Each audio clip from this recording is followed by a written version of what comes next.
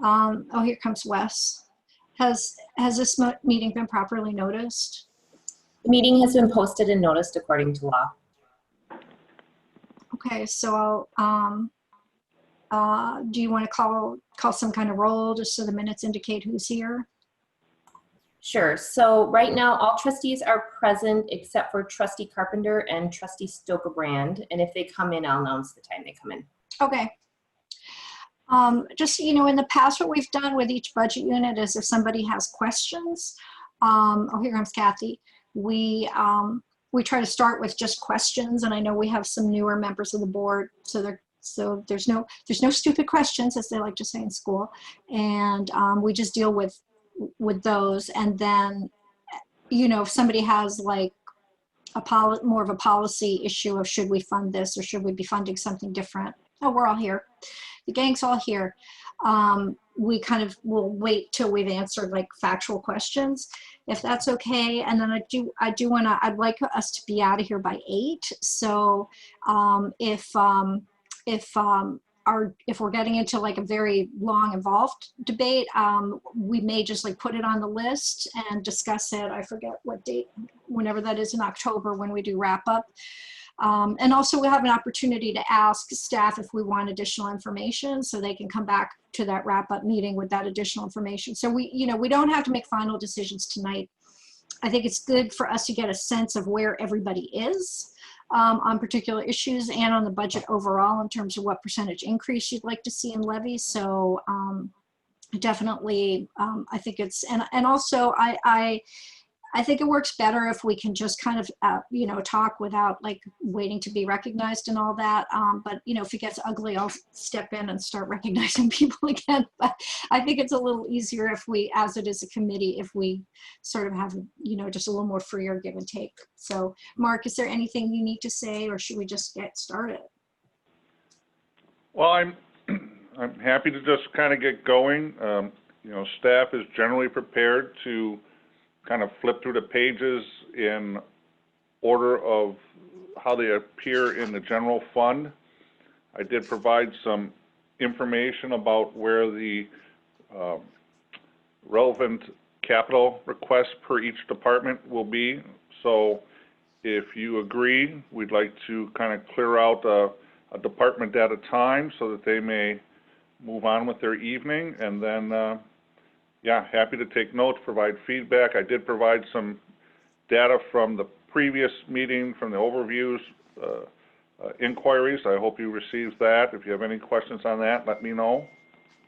Okay. That's pretty much it. I just wanted to point out on page 34, our 2020 adopted budget was to have a total fund balance end up with 5.923810, but that we're actually going to be ending up with over 6.4 million, so almost $500,000 in fund balance over what we had projected. So just for people to keep that in mind, that we did pretty well.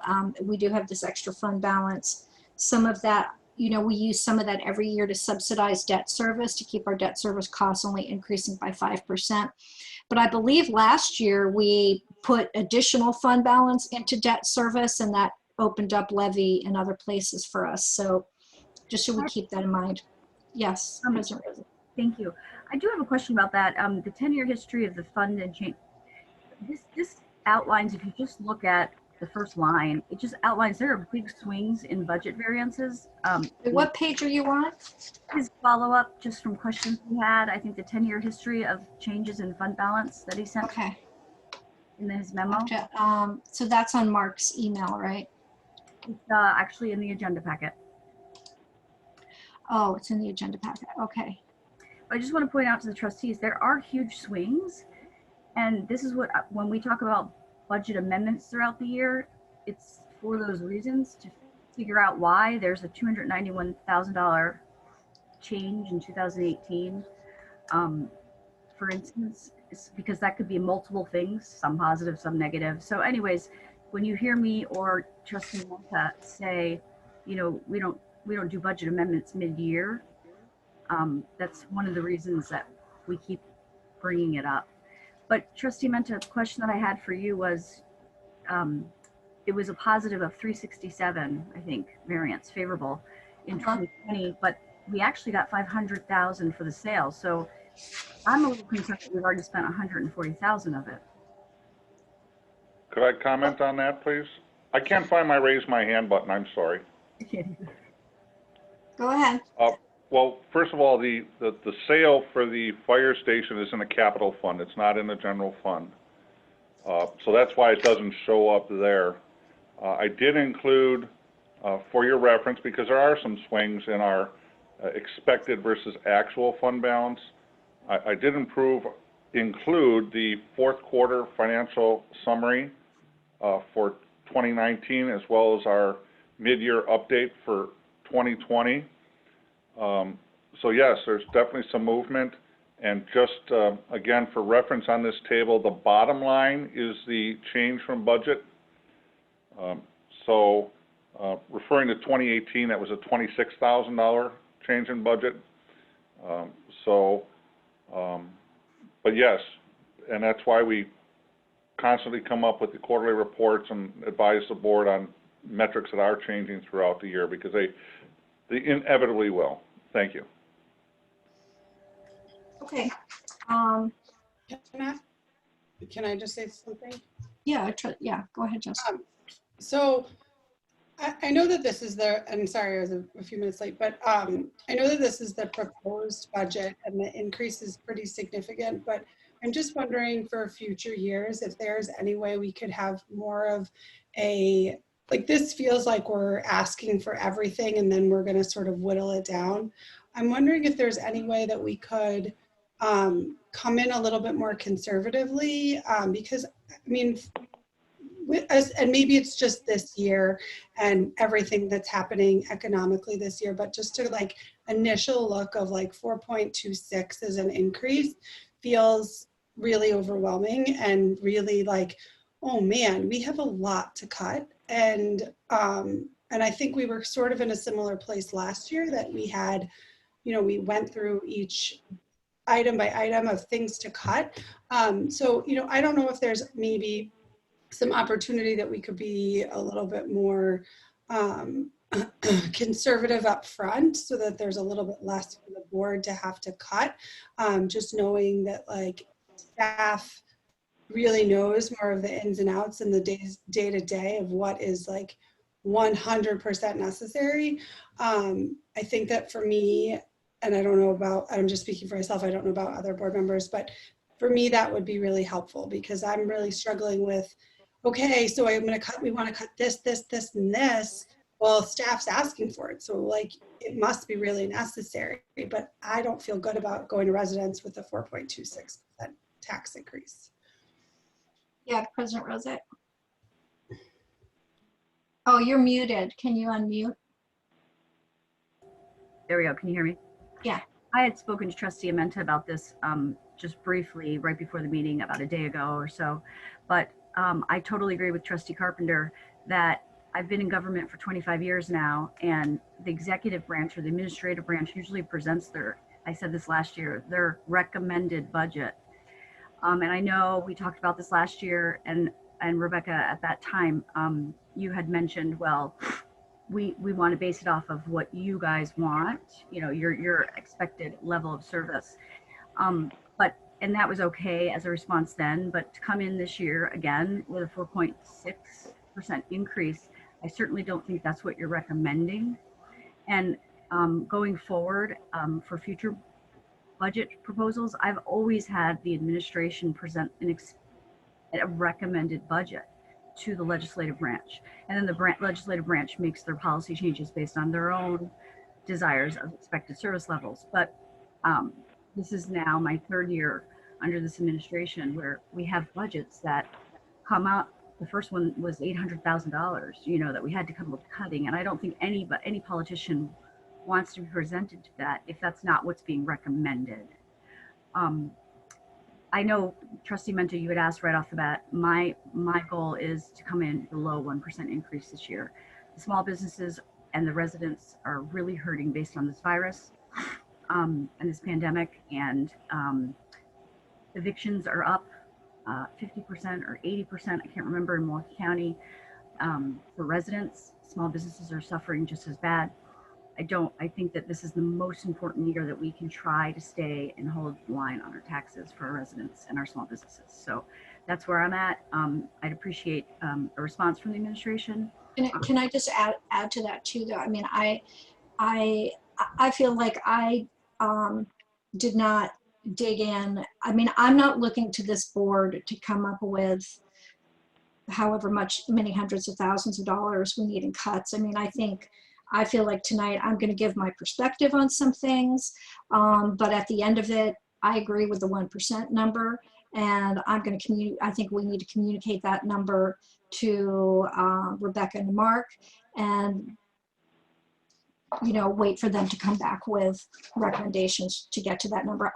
I'm not taking on the task of identifying. I think to get to 1%, I don't know where that table is, but I think it's around almost $400,000. I'm not taking that on tonight, but I don't know. Other people might. I'm just not. If there's any other board comments, and then I'll let Rebecca have a. Yeah, this is Trustee Backhorst. Sure, go ahead. So I agree that it's not a good practice for all of us to sit and, pick and choose the items that we feel, especially since these are all staff recommendations. I think that the bigger question here is that as a board, we have not agreed on what we are comfortable with regarding a tax increase or decrease. And I would like to hear what is needed from staff as far as the services and everything else before I would make that kind of decision. Because yes, there are many factors at play here, but at the end of the day, they're the most intimately involved with the budget, and there might be, I don't want to put them in a position to come back with something that is not even a potential until we've come together as a board and decided if that is the will of the board or the majority. Well, I think at the end of this meeting, we should, I think several of us have a percentage increase that a range that we're comfortable with. And I certainly think it's not 4.26%. I don't think on anybody's part. I definitely think they deserve to have a response from the board as to what we would like to see in terms of a levy increase. But Rebecca, did you have anything you want to say, or should we move on? Sure, absolutely. And I appreciate that comment. In fact, I was sharing, with Mark that the way that we have gone forth with budget has not been typical in my experience, but it's also been in some response to one point that Trustee Backhorst had made, which is we have great diversity on our board in terms of thought process. We may agree on a number, but how we get there is met with a difference of opinion in many cases. So we're happy to go through it. If anything from tonight's meeting, what we want to do is explain to you where we're at, so that you also have an opportunity to weigh in, because they do directly relate to potential service cuts or an underfunding in some areas that we have not been funding up to recommended levels for the past 2 years. So we're looking forward to hearing and listening from the group. Can I just ask a question? Is this your recommended tax increase? I think that's just what the question is. Is the administration? No. Okay, I didn't think so. It's a starting point for the discussion. Okay, all right, let's start General Fund 1100 Village Board. I just wanted to point out that being on the CDA and finally starting to talk about affordable housing, and the progress we're making on parking and transportation issues, that I know it was a sacrifice on the part of this board the past couple of years to fund those studies, but I think those studies have given us a platform to move forward and make some policy changes. So I do, it doesn't necessarily have to do with this budget, but I do want to recognize that those investments are bearing fruit. Any questions on this budget? Yes, Allison. Go ahead. Okay, I'm sorry. I am on page 8. Have we skipped over? Page 8. What's on page 8? I know that we went over this in the last meeting, but I just wanted to make one comment also just on the expenditure level. every year we talk about projected in the actual budget transmittal letter, we get a projected levy limits, like where are we on the levy limits? That's a completely different law or completely different thing than the expenditure limit. And we never get in our budget what we talked about the last meeting, which is where are we at our expenditure level? Because that is where we're in danger. We're not in danger right now at our levy limits because we're a pretty affluent community, but we are in danger of reaching our expenditure limits as we discussed at the last meeting. So in the next budget or in this final budget, it would be good to have that same type of information that you provided for the levy limit to be provided for the expenditure limit. And then Okay, that's a good point. Thank you. So maybe we should talk about expenditure limit at the end and just see where we are. Because I know market changes. Sometimes you don't always have an exact idea of what it's going to be. Okay, so back to village board. The unlearning racism, $6,500. That's for staff trainings. So why is it in the board budget?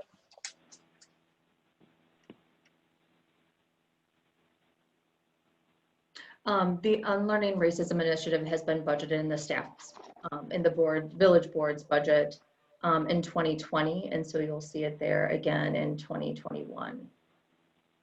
A portion of that is for Sam Coleman and continuing that contractual work for the 12-month agreement, and then the others for additional training to attend the Unlearning Racism class or any other need that comes as a result of that 12-month contract, which starts. The 6,500 is for the unlearning racism, but are they even offering that class?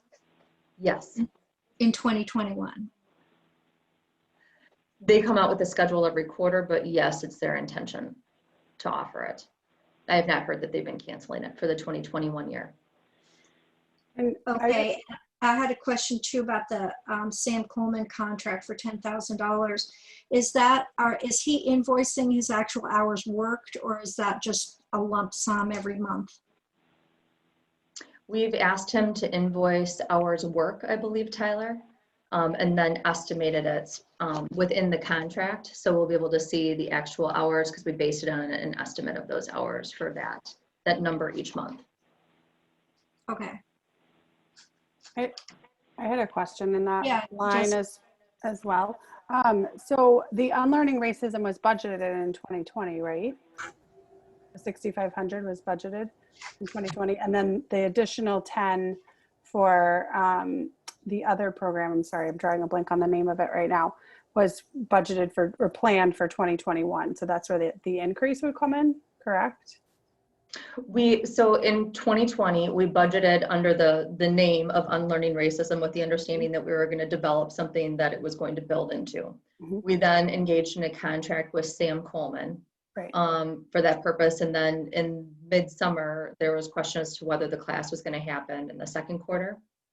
Didn't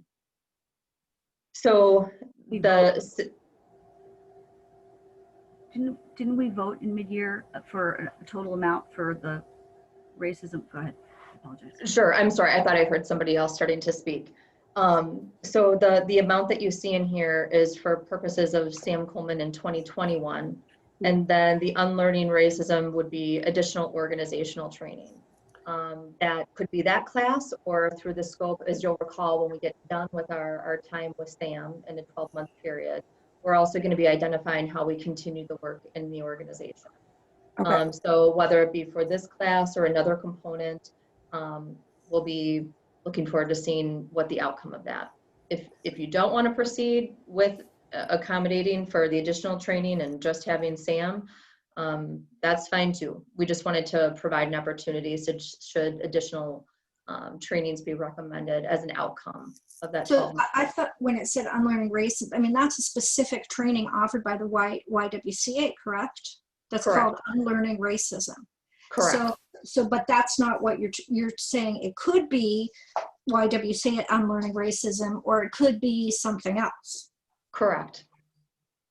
So, sorry, I was just more numerically just trying to understand the difference because our plan, there's a difference of $18,000 between the 2020 budget and the 2021 budget.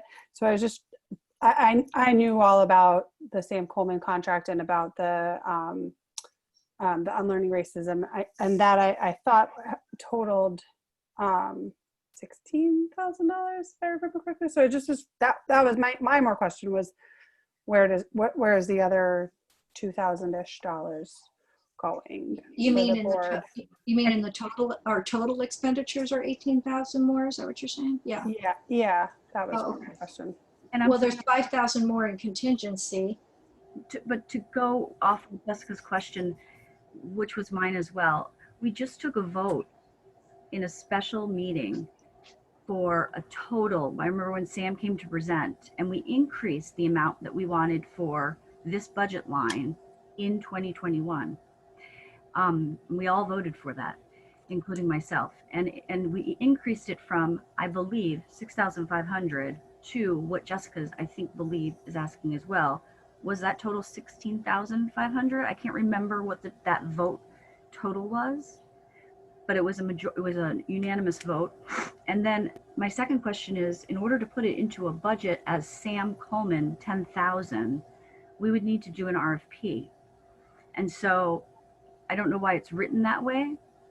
Maybe we write it as Sam Coleman 6,500. I mean, whatever we thought the total was going to be, but if it's going to be 10,000 or more, we need to RFP this contract. It's professional service. So So to are you address- saying because this part of the 6,500 might go to Sam, that would be then over the 10,000? That's the limit? See how it's written, breaking down on page 38? Yeah. Sam Coleman 10,000. Yeah. That you can't do that without an RFP. So the amount would have been for the total of 9,000. Then there was an additional amount of 1,000 put in for materials that we as the village will be purchasing if it were necessary for purposes of the class. Okay, can we break that out? Because it's very important that, Oh, sure. I'm happy to. I didn't know that you'd want to see it in that level of detail, but I'd be happy to do that. just because it's a professional service contract and 10,000 is RFP, and you're identifying a name of a person. And then to go back to Trustee Carpenter, I know she still has her question outstanding, but do you remember, Rebecca, the total number that we voted to increase this line item, this total line item for training on racism? Yes, and you know what? I just, as we were talking, I was trying to pull the contract up. I just got cut off the beat the end, so I'm going to look it up right now. Okay, thank you. And looking more at the detail of that page on 38, I made a note that, so we have $2,000 allocated for board conferences, and then we also have the, so in total, and then we also have the 1,000 for the League of Wisconsin Municipalities Convention. And I'm just wondering, with everything, I would assume, and maybe I'm wrong, but that 2021 might not be a totally normal year either. So just, I'm trying to look for every dollar in every place that maybe we could save some money. Like, I guess, is that collective $3,000, does that make sense for that? Just knowing how 2020 has gone, like, is 2020 going to be the same way? I'm just We spend throwing it out there. Like, is that a place where we could save? I know it's only a couple $1,000s, but it all adds up. So. And to go on Trustee Carpenter's point, I just don't remember if, I know we all try to make it, this is a very important conference league, and I believe in it, and I think that everyone should attend if they can.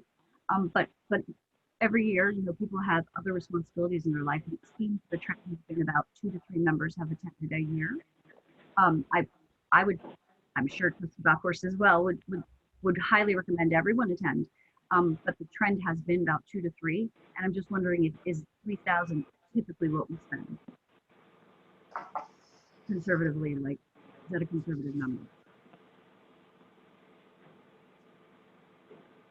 Are you asking all of us, or? Well, I mean, the projected is 6,000 for total professional education, but I think part of that is, I don't know how much of that relates to the board because we have the unlearning racism in here. So I was directing it to Rebecca to answer the 2 questions. Once she found the first one, then also on Well, Mark or Rebecca, do you know how much we spent on board education? What's the projection for board education for board members this year? Yeah, I can chime in that we don't have any specific actions for board that I can recall this year yet. Now, again, those projections are developed knowing that there's some upcoming opportunities. So, again, as of August, when we came up with the projection, that was our best estimate of what we expected for 2020 within the context of giving the board a projection for the 2020 budget. So, Well, do you want to, Jessica, do you want to put that on the list? And so should we put both board conferences and league convention or just board conferences? I mean, I think board conferences could go on the list and we can see, you know, I mean, just because if I remember correctly, and maybe you already talked about this as I was a few minutes late, but like if something's on the list, it doesn't necessarily mean that it's gone. It's just something that we're going to come back for additional conversation. Yeah. So I think it's just worth, you know. Found the number. Yeah, I mean, and just more about the number, like, is that the right number? We spent $2,131 as a board in 2018. That was the actual expenditures, and $675 in 2019. And we're projecting this year 6,000. That doesn't mean that that's what we're spending, which was what Mark was trying to refer to. I always look at actuals for the past 3 years. We only have 2 in front of us, but that's typically what I do to see a trend. Well, Mark is saying, I mean, at this point, it's 0 for the board professional education. The 6,000 that is projected is about the training that Rebecca and Tyler went to, I'm assuming, which is why I question why it's in this budget. Any other points or questions about the board budget? I would just like to say that I also thought that, 10,000, 9,000 for Sam Coleman and 1,000 for supplies. I thought that was our commitment this year. And so I was surprised to see the 6,500 also. And I guess I would, you know, my thinking is we take what Sam Coleman, we're going to see how it goes this year and hopefully be able to use what we learned from him and possibly use a trickle down philosophy and take that product and extend it throughout the village to committees and things. So I guess I'd like to see us just work through the Sam Coleman thing and see how it goes before we start spreading it around with other. I know UW has things, the league has things. There's a lot of, the library uses different programs. I thought we were putting our eggs in the Sam Coleman basket for this year and just to see how it goes with the local contact. Hey, do you mind if I chime in real quickly? I mean, Yeah, I appreciate that, and I do think that we want to, you know, work through the Sam Coleman contract, see how it trickles down. I think those are all very valid points. But I also support leaving unlearning racism in. I think that's something. I think we want to pursue both initiatives this year. I don't think this is the year to take anything out of this.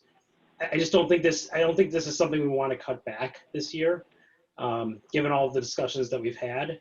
I do appreciate fully, you know, working through with Sam Coleman and taking our learnings from that. But I think we want to maximize this with what we have now, as opposed to taking a step back from it. I'll wait. I have one more thing, but I can wait. I also agree with that as well, that it's not the year to start, for a variety of reasons, including many discussions that we had at the board level and a lot from the community and beyond. So that and also to the point of if we have to go out for RFP, well, that's a board policy and that's a policy we can always suspend at any time for either unique or across the board. So I know that we had the procurement or that policy when that happened a couple of years ago. I would actually, at maybe item for future consideration, have this board look at requiring RFP for all small level contracts. 10,000, I mean, it's a lot of staff time, a lot of work, and a little bit redundant at times, but we can definitely suspend policy. And I am also with Trustee Warren. I want to keep it in. I think that I appreciate what you're saying, Trustee Stokebrand, but I don't think unlearning racism or any of these kind of like things happens in a trickle down world. I think this, if anything, we want to beef that up. And regarding the league stuff, I'm all fine with discussing it, but again, we do use the resources of the league a lot in a variety of ways, and education for this board, I think, is long overdue, so for a variety of members. Can I just, I mean, we're only on our first item and it's 6:30 already. So if No, I know somebody, we spent a lot of time on the first one. if somebody would like to put that on the list, the 6,500, Can we just hear from Rebecca what we voted? I thought it was, I just wanted an answer. I thought it was 10,000, it's 6,500 for this year, and then we have an additional 10,000 for 2021. Can you verify that or not verify that for us? I know for you approved, for Sam, you approved an amount of 9,000 plus the additional 1,000 for supplies. So I think you may be thinking about, there was a meeting where the board had not reviewed a service contract in advance and it was a higher amount. I want to say it was like 16,000.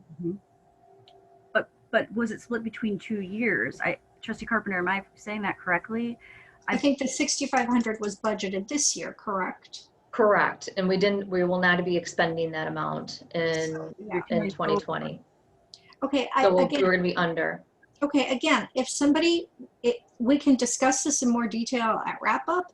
I personally would like a little more definition about what it is we're spending it on instead of like we have definition on what it is that Mr. Coleman is providing for us, but to just put $6,500 in the budget for something, I mean, I'm not opposed to having it in the budget, but I would like to have a better understanding of what it is.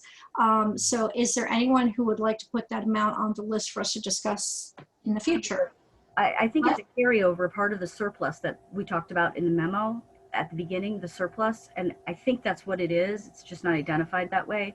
And therefore, I'd like to put it on the list. If it is a carryover, I'm perfectly fine with that if we have not expended it, because that is what we voted on. But I just don't know. Okay, I mean, just being on the list doesn't mean it's cut or anything. It's just on the list. Any other questions, comments on village board budget, or are we good to move on? I'd like to put the conference with Trustee Carpenter, conference fees on the list too, because our expenditures, actual expenditures are way under. They're way more conservative than. Okay, it's on. Okay, anything other than conference fees and the $6,500 expense for unlearning racism? Okay, no, okay. 4th of July for festivities, it's much lower. I'm just wondering why. So actuals were 14, we were just budgeting 4. I think that's because they don't budget all the donations and stuff like that. We don't budget that, but it shows up in the actuals. But it went up 1,000 from this year compared to this year's. It went up 20. Okay. Yes, it's budgeted at 4,000 this year and 5,000 next year. Is any explanation? Mark? I can add that is just the original traditional amount staff has programmed for that activity. The board reduced it last year during budget discussions. So again, absent specific direction on permanent changes, we start back with 5,000, which has been the typical for programming that event. Okay, I'm putting that on the list. I mean, if we budgeted at 4,000 last year, I would assume that's what it would be budgeted this year. Okay, anything else? Okay, we move on to municipal court. Any comments, questions? I do. You're going to ask the same one, Trustee Menta. Last year, Trustee Menta and I, more so her, wanted to know I was thinking we were projecting non-conservatively that we were projecting revenues too high or too low. I can't remember, one or the other. But what were the actuals? So you're saying you gave us a memo that talked about court fine collections, and it was 84,000. When we had that discussion last year, what were we projecting that we would be collecting in 2020? Or what do we budget? Well, again, I apologize, but I'm looking forward to 2021. I don't have my historical references to 2020. I have it. So 2020, we projected we would collect 100,000, and I believe we thought that was high. Anyways, we ended up collecting 84,000. Is that correct? Or your projection? I'm that's a totally different budget year workbook. I just don't have that readily available. I can follow up with an email with you. Well, you're not, the 19 actuals are 84,000. Is that what you're getting at? So in the memo, it says court fines were 84,000, and in 19, in the budget, it says court fines were 84,000. Okay. And so then we projected for 2020 that they'd be, what does it say? I can't read. 35,000. Yeah, and I thought that was really low. I thought that we should be projecting more revenue. And so have we collected 35,000 to date in 2020? No. No, we have not.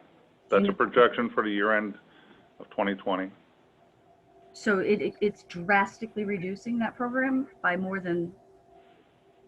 It's just what, Yeah, it's just what was able to be collected, but you know, it's outstanding debt and it's what gets collected. Okay. And then because when we get to parking, then we can do the same thing. But Yeah, my question on this one, and this was when we passed the debt collection, we asked for updates because there were trustees, myself and trustee Maher, who had concerns about the equity implications of debt collection in municipal court. And so we did ask for the municipal court to come back and give us updates on what was being collected and the racial breakdown of that and blah, blah, blah. We have not, it's now 2020, it's been 2 years, we haven't heard a thing, okay? So I did send an email dated June 27th asking for this update. So I'm kind of disappointed that no one from municipal court has, I did have a conversation with the new Muni Court judge referencing my email, because our daughters were actually doubles partners on the varsity tennis team. But so I did have a brief conversation with her about this, but I just want to emphasize that, you know, we passed this program. Some of us had reservations about it for equity reasons back in 2018. We've never, and we have, I'm a little frustrated that we've not received any updates on this program at all. Yeah, and it would help because 35,000, it would help to know where we're at. Just then I wouldn't have be so shocked at this point.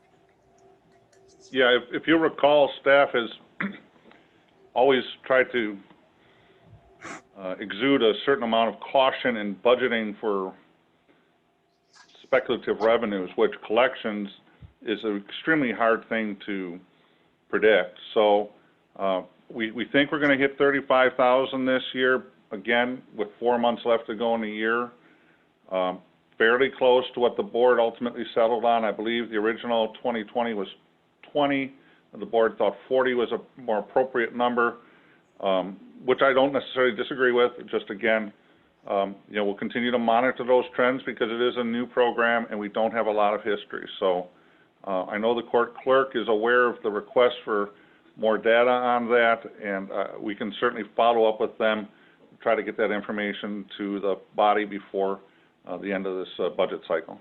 And can you just follow up with an email to the trustees? Just what is the actual to date? And also when that budget was passed, we were like, oh, there's millions. There were millions in outstanding debt.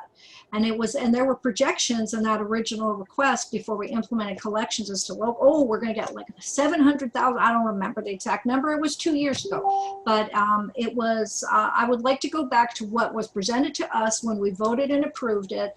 And I'd like to go back to what the actual collections have been compared to what was told to us. And I would like them to update their numbers that they did on the racial breakdown of outstanding debt. And I'd like them to update that racial disparity also. So any other issues on municipal court? I can just give you that number. Current collections on aging year to date is $25,736 through August. So 9 months, what's August? Eight. So 825, so 4,000 a month. So we would still have 3 months left. We would be at about 37. Okay. We'll see. All right. Yep.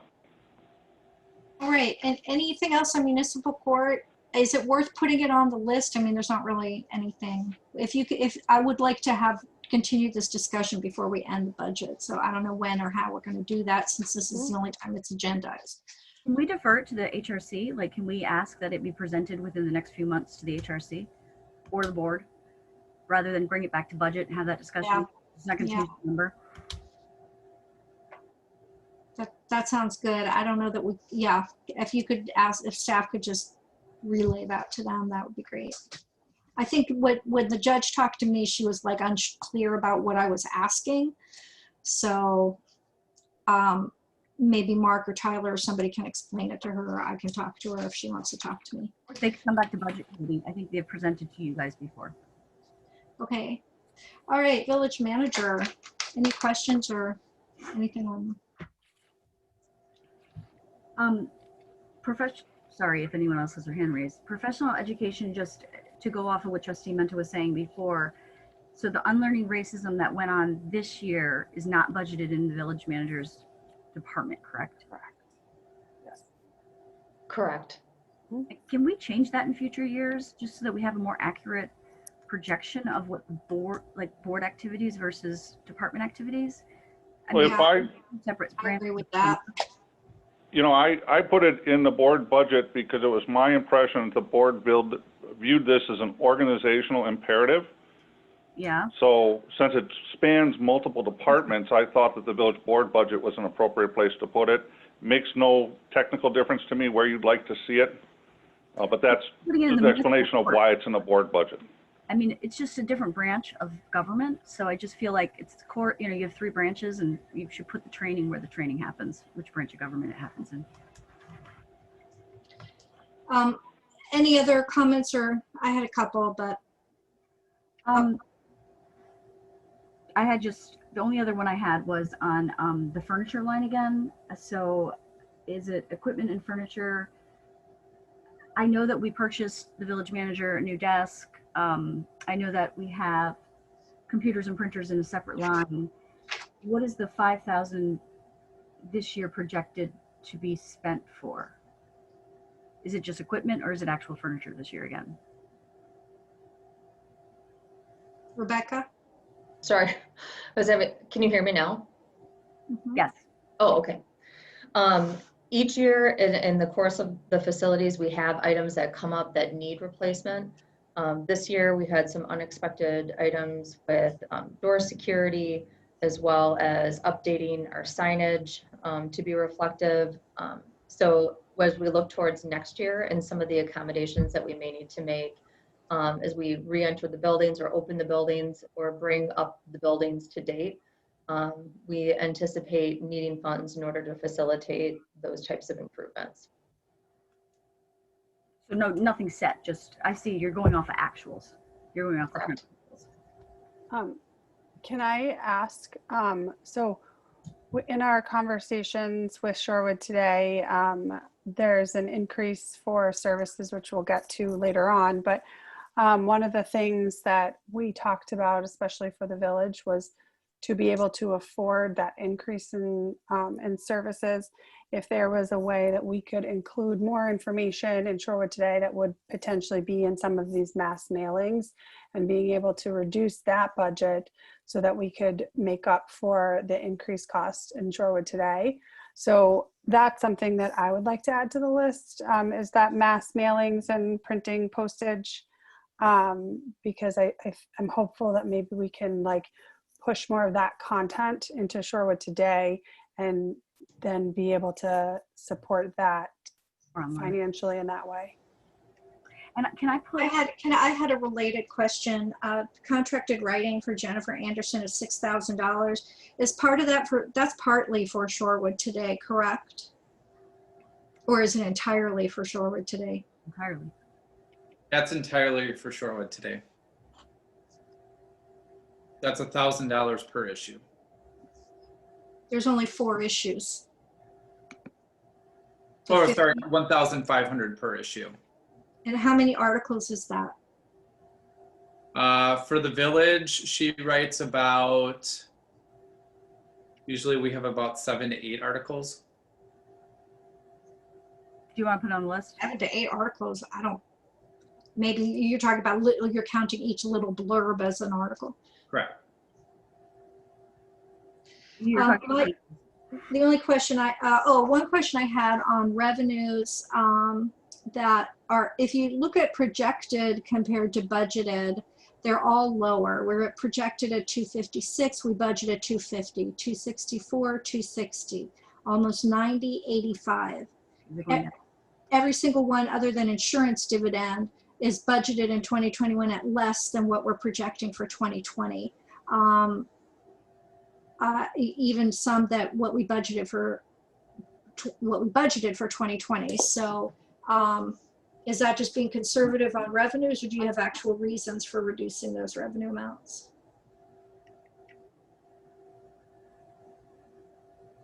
Mark?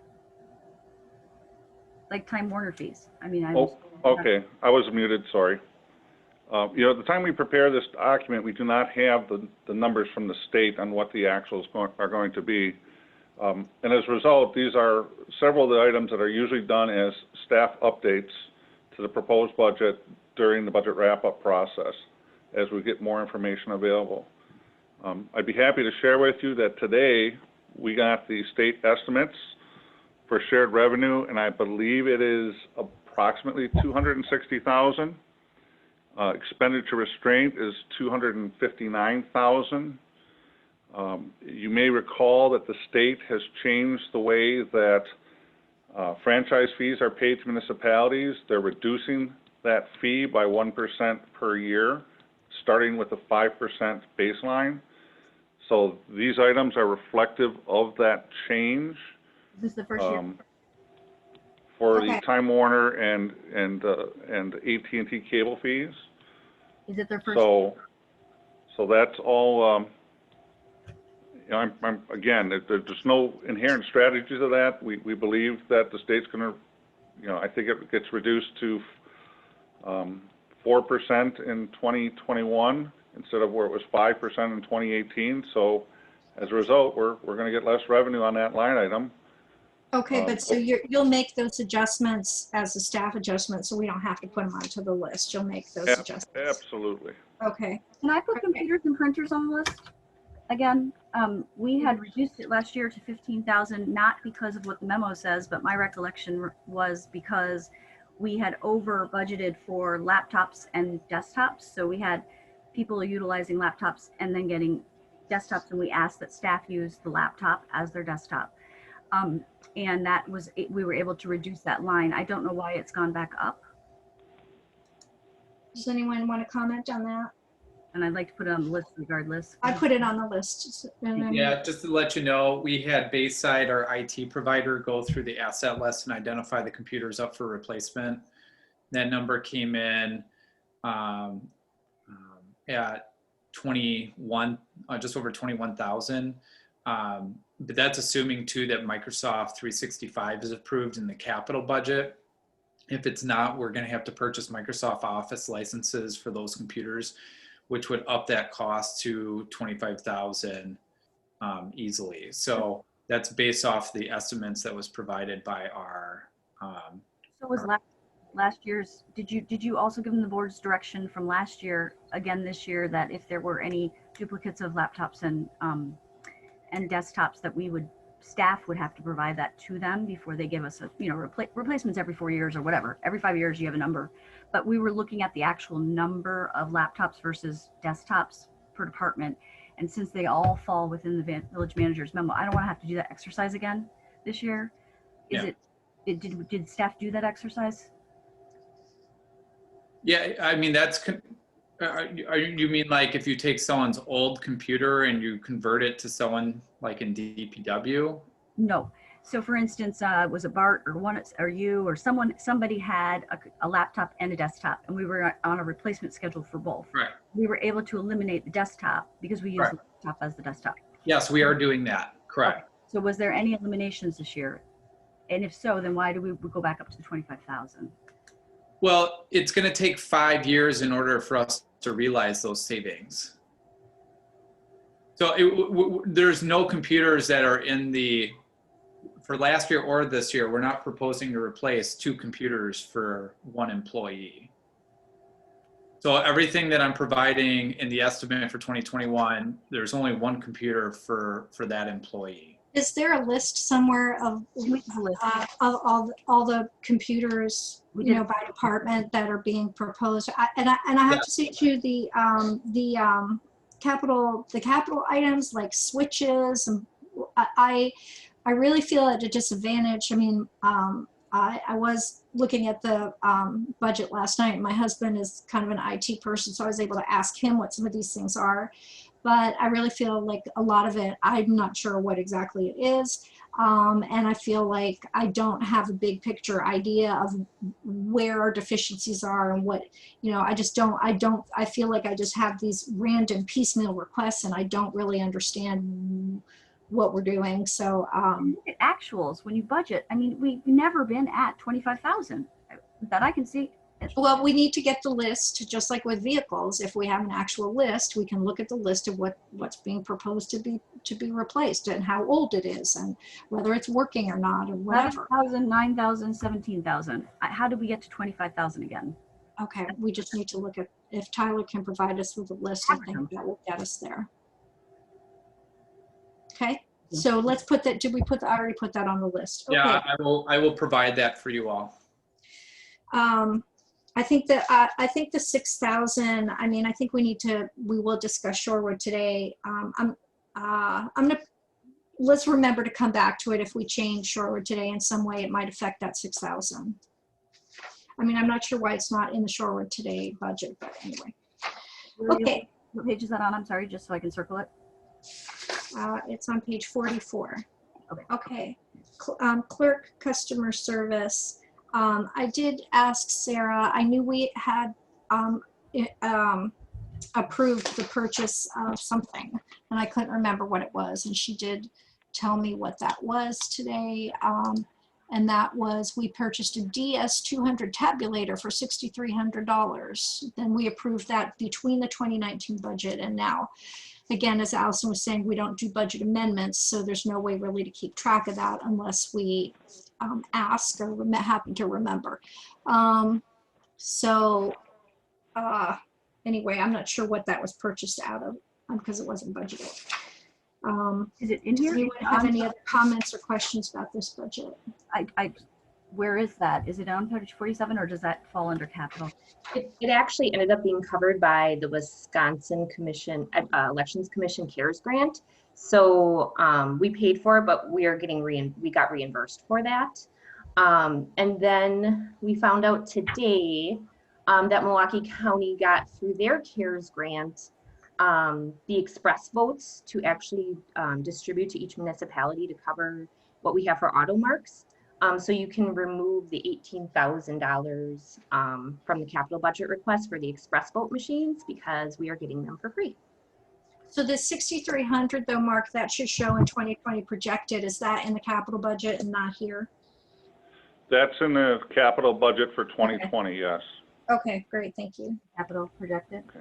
And if I might also mention, as we get to this point, while your department heads are still at this meeting, if you do have any questions about the related capital items that each department's responsible to, I would welcome any of those questions at your convenience.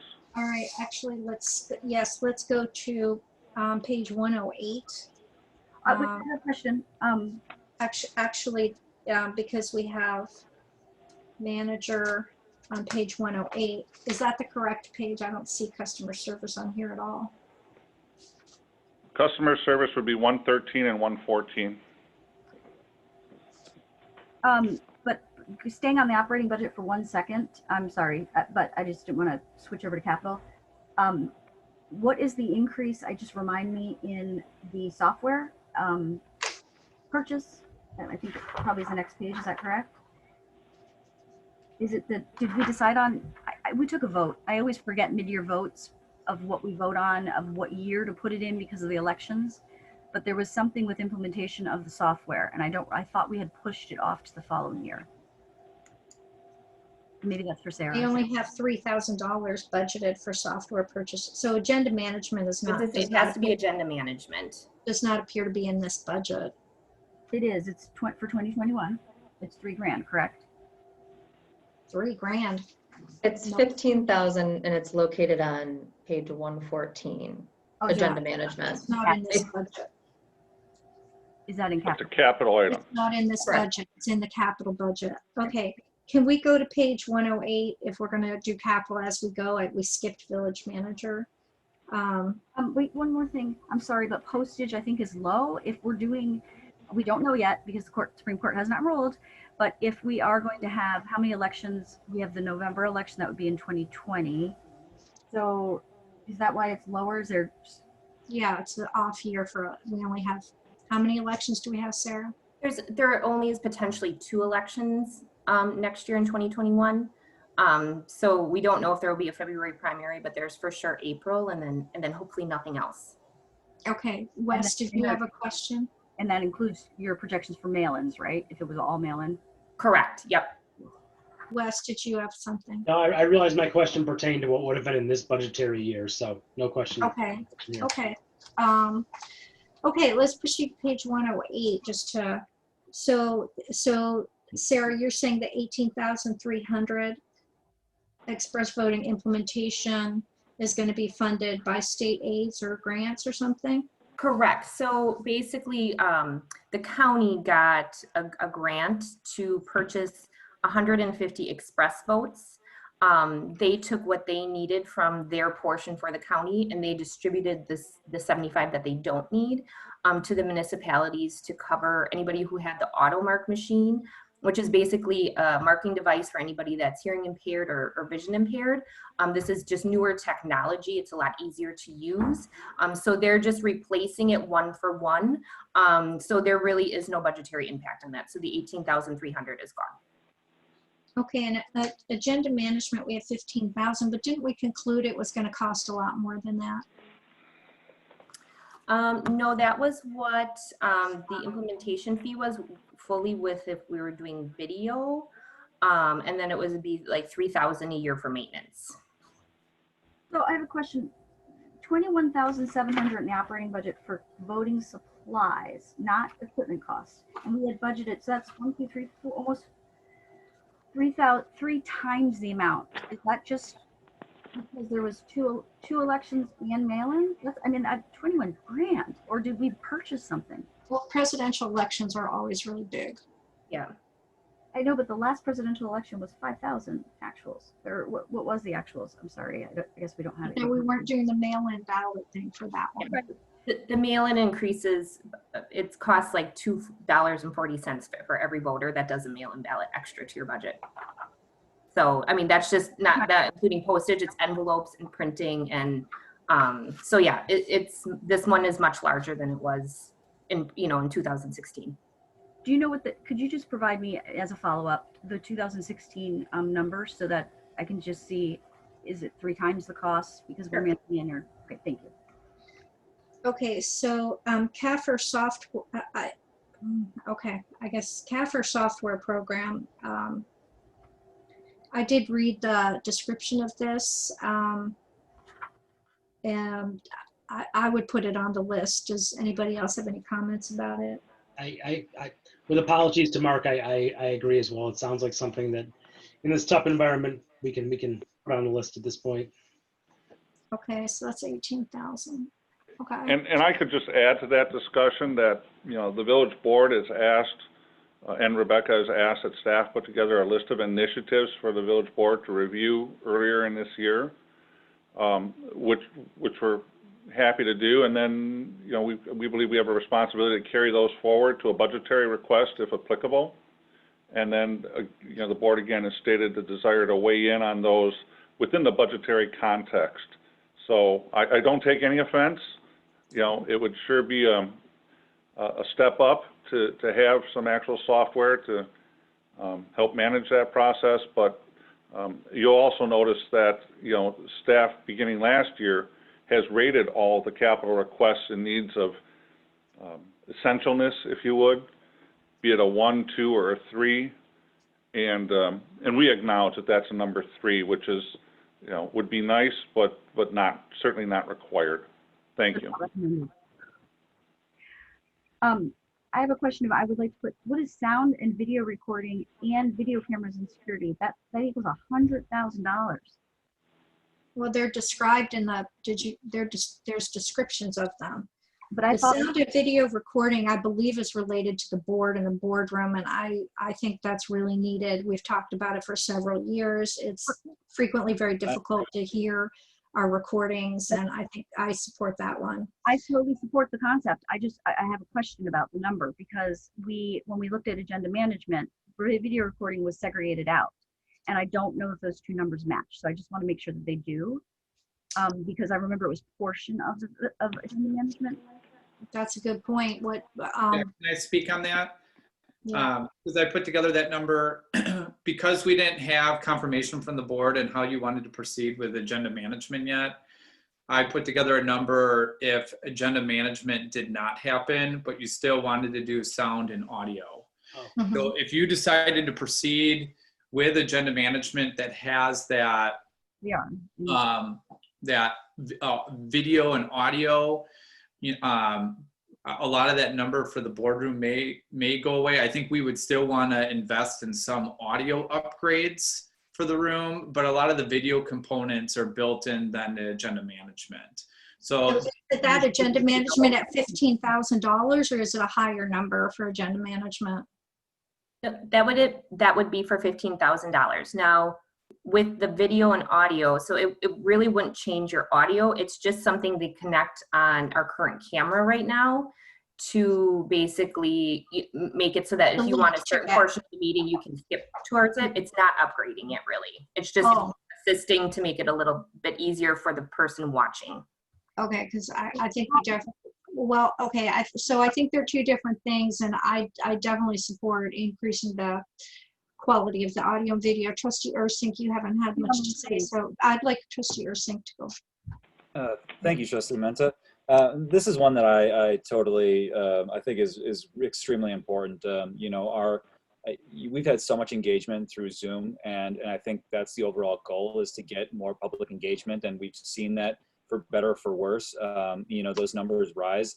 And I think it's vital for us as a board moving forward to incorporate more of that technology if we do decide to move back into, or when we decide to move back into Village Hall, that we can accommodate a certain quality, higher end quality of video, and have the live stream capabilities of an actual board meeting, so folks can actually watch and participate as they do now, but with us being in that physical location. I think an upgrade is severely needed all around, from Village Hall all the way down to that the community room. So that's just my input. Okay, President Rozek, you had a comment? Oh, I'm sorry. Trustee Warren has hand up first, and then I can. Why don't you can go? Go ahead. Oh, okay. Thank you. Sorry, Trustee Warren. Tyler, we've had this conversation every budget, and I'm the only person that ever remembers. Is it 27,000 plus 15,000? Would that be the number if we implemented agenda management to upgrade our system? Because I agree with all the trustees that have spoken about the need for that. if you do the agenda management portion, you can lower the $20,000 number that's included in video and audio. It's 27,000. So could you just? It's 27,000 because it's also incorporating Village Center. So if you look at if you go to the description, that's itemized out for you. Okay, so board, so you'll provide that for us, that number, just so we. Yeah, I would work with Mark. If you end up as a board deciding to move forward with agenda management, then I will work with Mark in providing what that updated number would be. So that number would drop some. Well, okay, on agenda management, I know we deferred it this year. I don't recall, does anybody recall, did we just not make a decision on whether we were going to do it or not? Or does anyone recall what our decision was on it? Yeah, I thought with Sarah's discussion that we decided that we could not effectively implement it with the election, the presidential election, and everything else that was going on this year, which turned out to be a good decision with COVID. So I wish that it would reflect that when we make mid-year decisions like that. That's always my concern of making budgetary decisions mid-year. But I'm not sure that but we made a decision not to do it in 2020. I'm not sure we made a decision to do it in 2021. Is it in the long range? Is it in the long range plan? I mean, is it in the long range plan? No. Because we voted, and we voted because Sarah had advised us that we shouldn't implement it or buy it this year, in 2021. Right, we voted to defer it, but that doesn't mean, I don't know. I'm not sure if that means This is it's your on. opportunity to make that policy decision for 2021. it's not, well, I guess it is a budget item. I mean, it is 15,000, I don't know. I don't feel ready to make that decision right now, but I agree that we should have the budget, well, I agree we should have the budget reflected as if we're doing it. Trustee Warren, I'm sorry. No problem. I had a question on the I had a question on the second piece of this, the 65,250 security camera improvements, and maybe Rebecca, maybe this is something for you. And I don't want to. This is not meant to sound like a cross-examination, but I'm trying to validate my assumptions. So I'm assuming that 3 different camera areas: Village Center, Village Hall, DPW. I'm assuming that all 3 are for security purposes. Obviously, there's security cameras. But it strikes me as DPW also incorporates kind of an internal anti-fraud control. So I'm wondering, is there any way, let's say we wanted to move forward with parts of this, is there any way to kind of figure out which ones are higher kind of on the security level, which doors we really want to look at, and which ones are higher on the internal anti-fraud level? I'm just thinking, if we don't want to fund all of this, but we want to prioritize putting cameras in certain places to save money, we'd want to look at which had the highest security return and which had the highest internal anti-fraud return. So I'm wondering if there's any way to get more information on that. Yeah, I can take this one because I met with the vendor who went around to all the different locations and where we have cameras.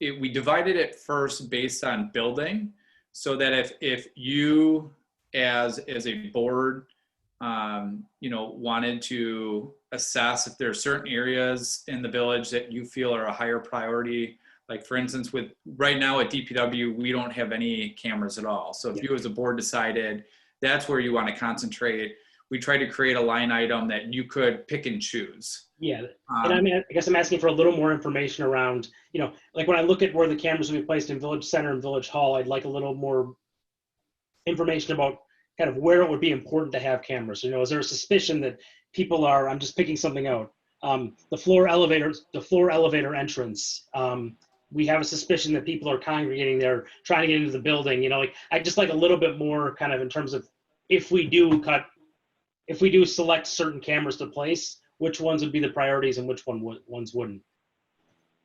Thank you, me too. So would you like to put that on the list, and then between this and the wrap up, staff can reevaluate that number? Is that what you're asking, Trustee Warren? Yeah, and I guess specifically, I do support this, and I think we want to put cameras somewhere. So I want to be real clear. This is not something that I'm saying just cut it. I just like to be able to prioritize it effectively if we decide we can't do the whole 65,250. Yeah, my general answer, just so you as a board is aware, they're either at places where cameras do not exist and it's a blind spot in a public or an area of the public building that is heavily utilized.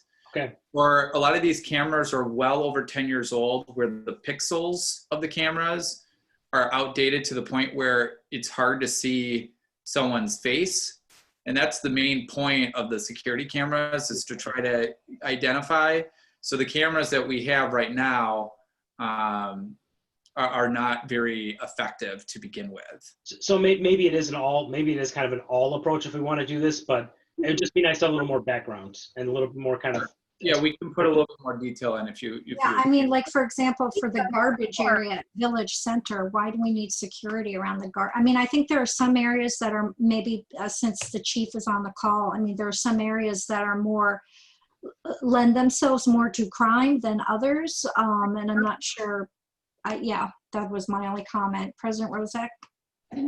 Phase our door security implementation. So for our key, we know how we switch from manual keys to the fobs.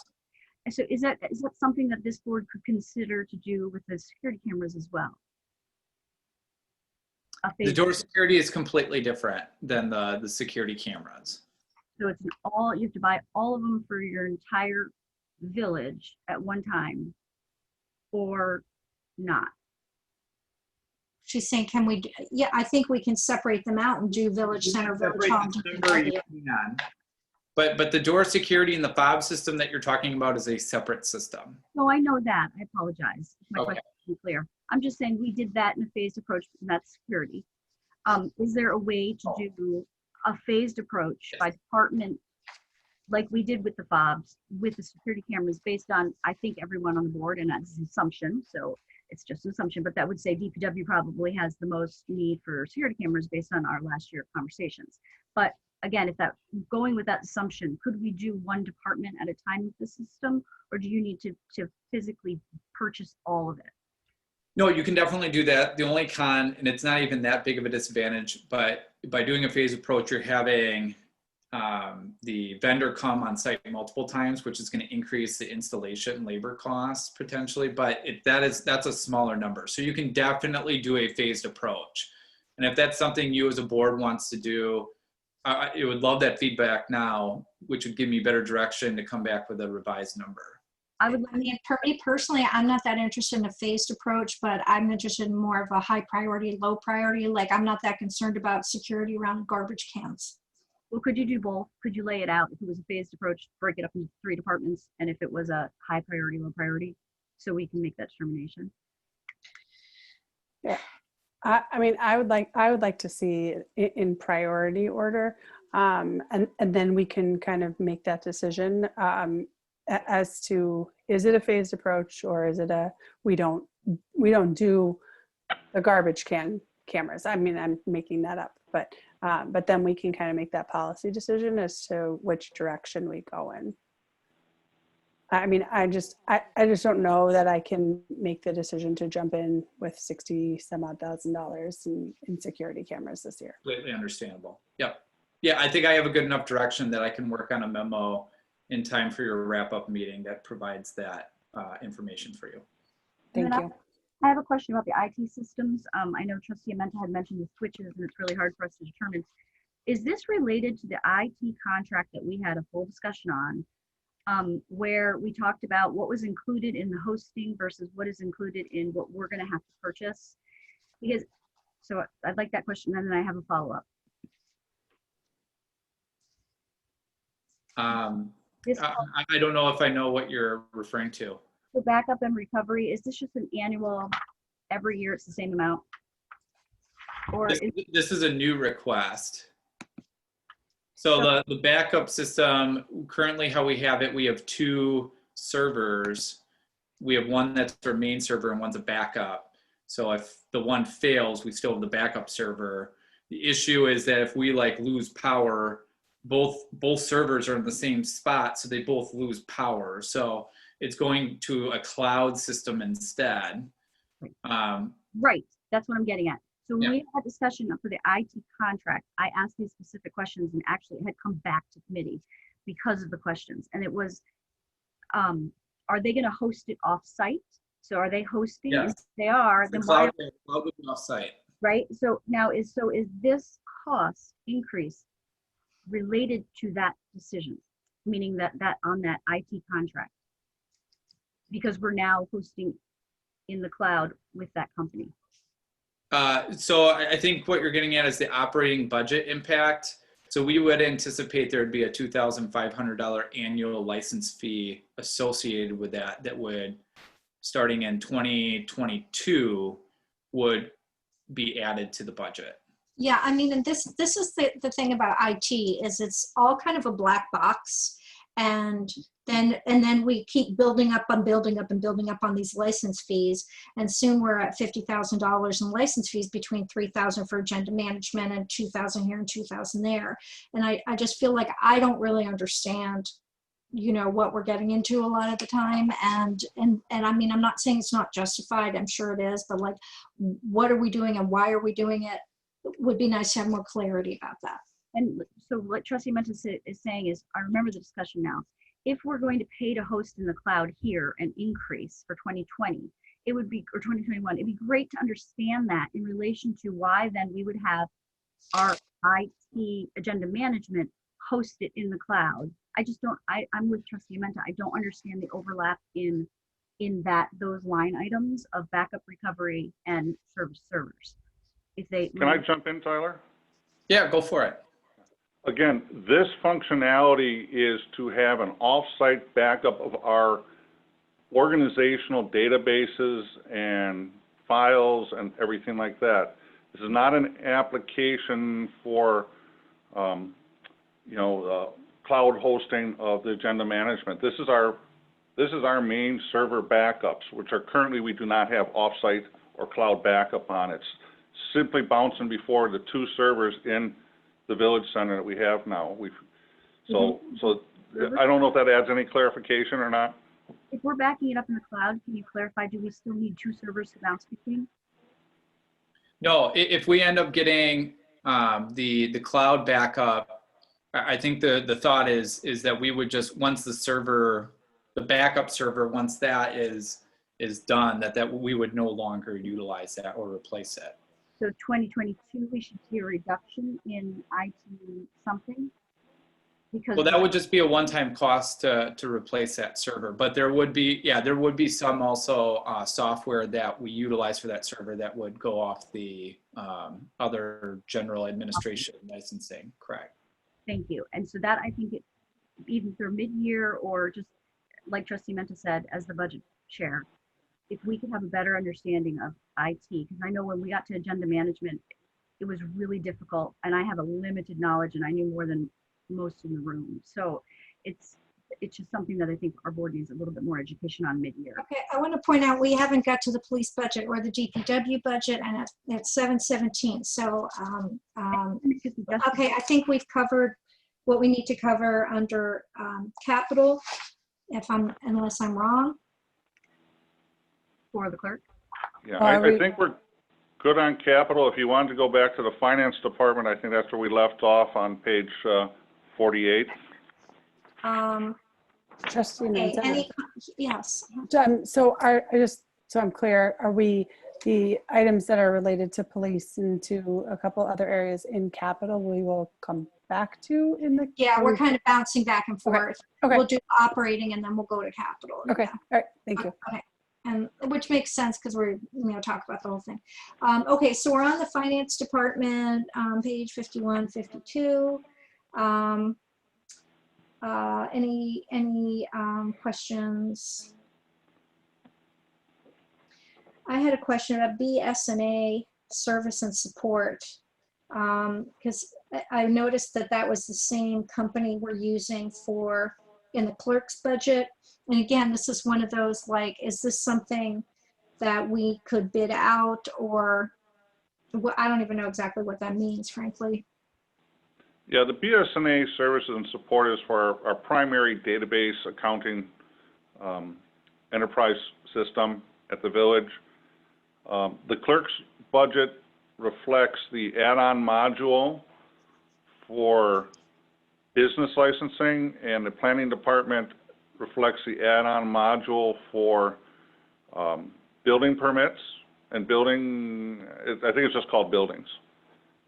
But for lack of a better place to put the general organizational materials, it's all aggregated in the finance department here for all those other modules that we pay these licensing fees for.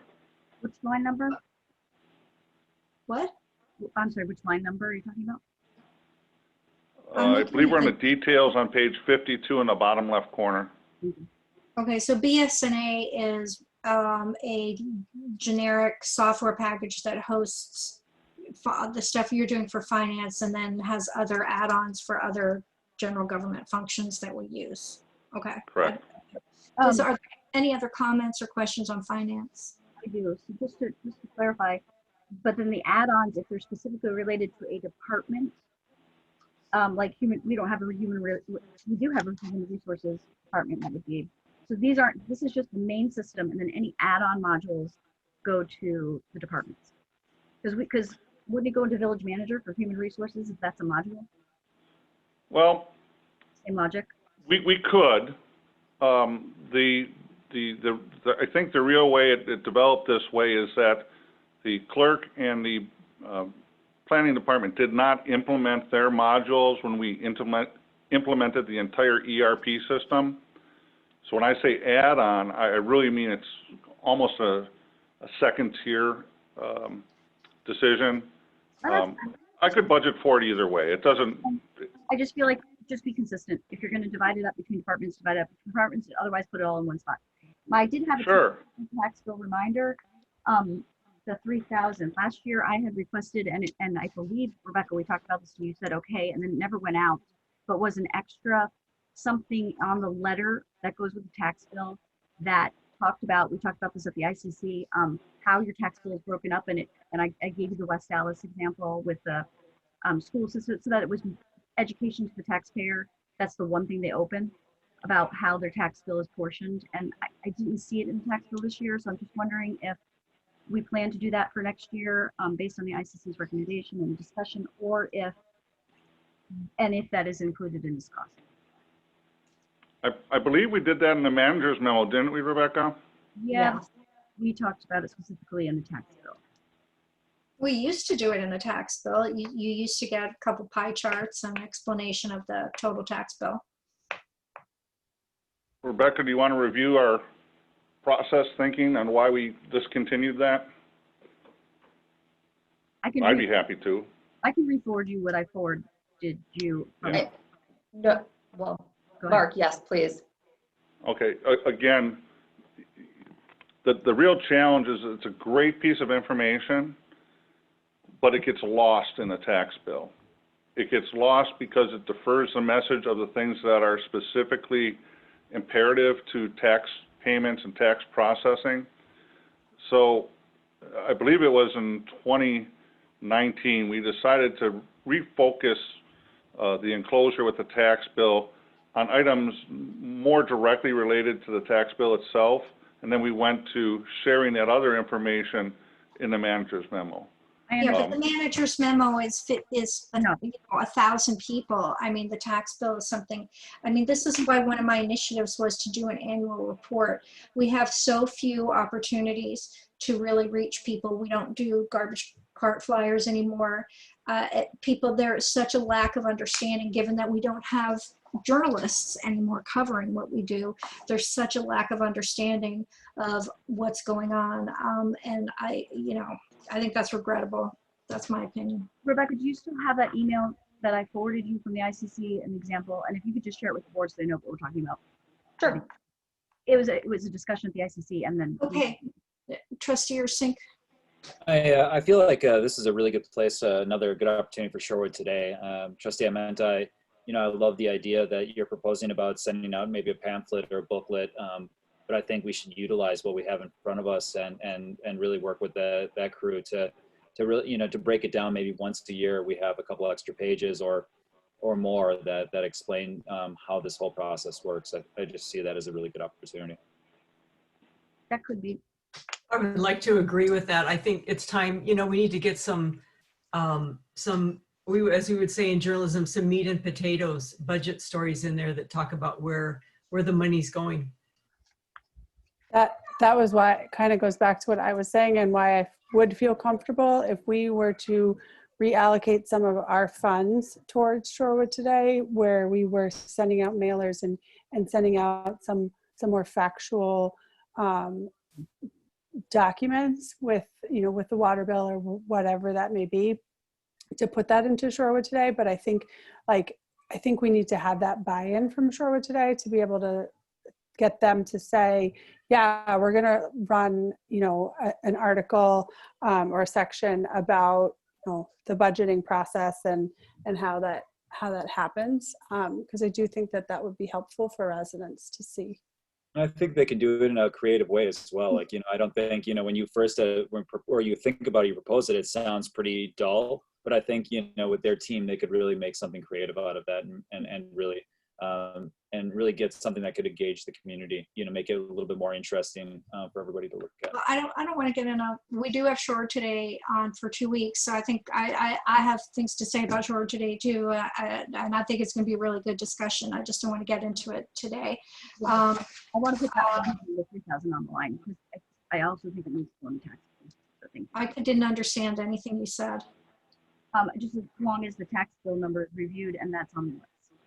I mean, it sounds like that was a decision staff made, and that I mean, I think where it comes to is a communication, like, I hate to say having another policy, but even just having a discussion, not even to bring a policy, but about communication amongst the 7 of us as to, you know, what our options are for communication and how we want to communicate. And the example you bring up is a good one of the tax bill. So maybe at some point we can just have that sort of general conversation. Okay, I think we're good for finance unless anyone has anything else. Other general administration. Again, this one with the network service contract fees. I mean, again, we're seeing a big jump in that. Where is that? I'm looking at the detail. I have a note from $18,000 to, I see the Microsoft 365 is new. Social media archiver annual is $5,000. Again, I mean, the IT stuff just seems to get bigger and bigger and bigger every year, and I'm not sure that we're getting anything actually new and improved from it. We just seem to get more and more costs. So I'm a little concerned about it. Any other comments on this budget unit? Trustee Ursing. The digital, I mean, we're going to have to factor in digital going forward. It's going to be IT and that whole department is going to be something that we're going to have to focus on, because that is obviously the way of the future here, as we can see in this past year. But without knowing all the details or jumping in and digging into all of this, I just feel like that is something that we should be focused on and creating a space in the budget for IT improvements and the, going into the digital kind of realm. I had requested a mid-year discussion just on IT, because I think I agree with Trustee Ursing that is going to be a bigger line item every single year as we go digitally. And so we just need to understand it better and how it's taken down in the budget, but not during budget, because it takes too much. Right. Yeah, I agree. I mean, and I would like to see I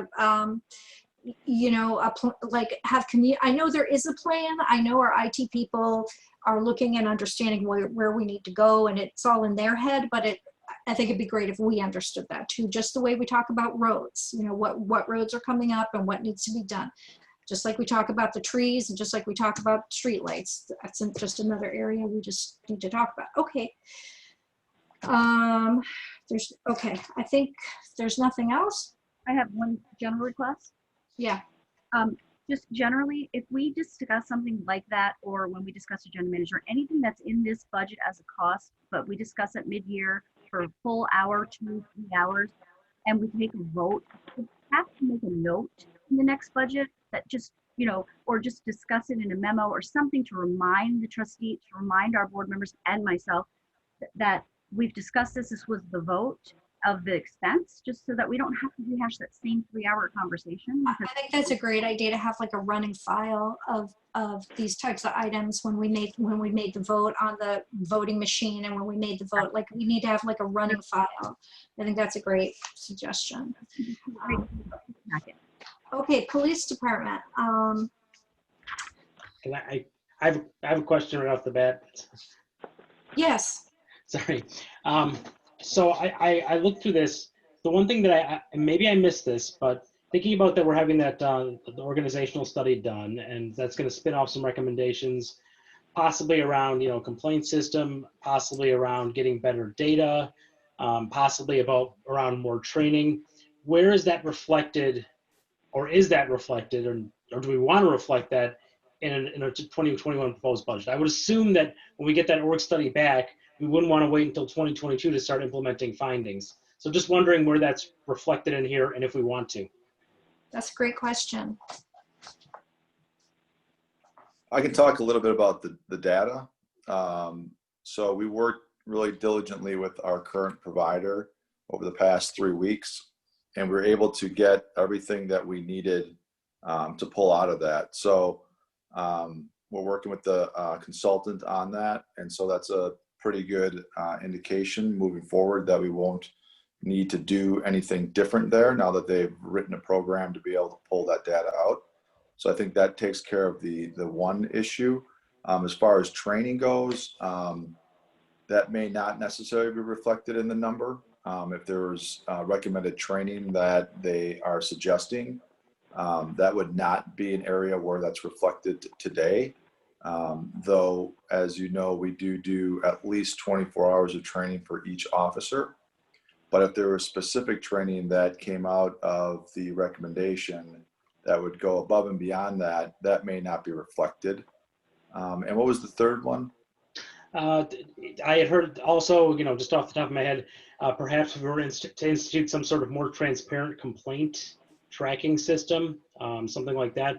And again, these are all just kind of areas that I'm thinking about right now.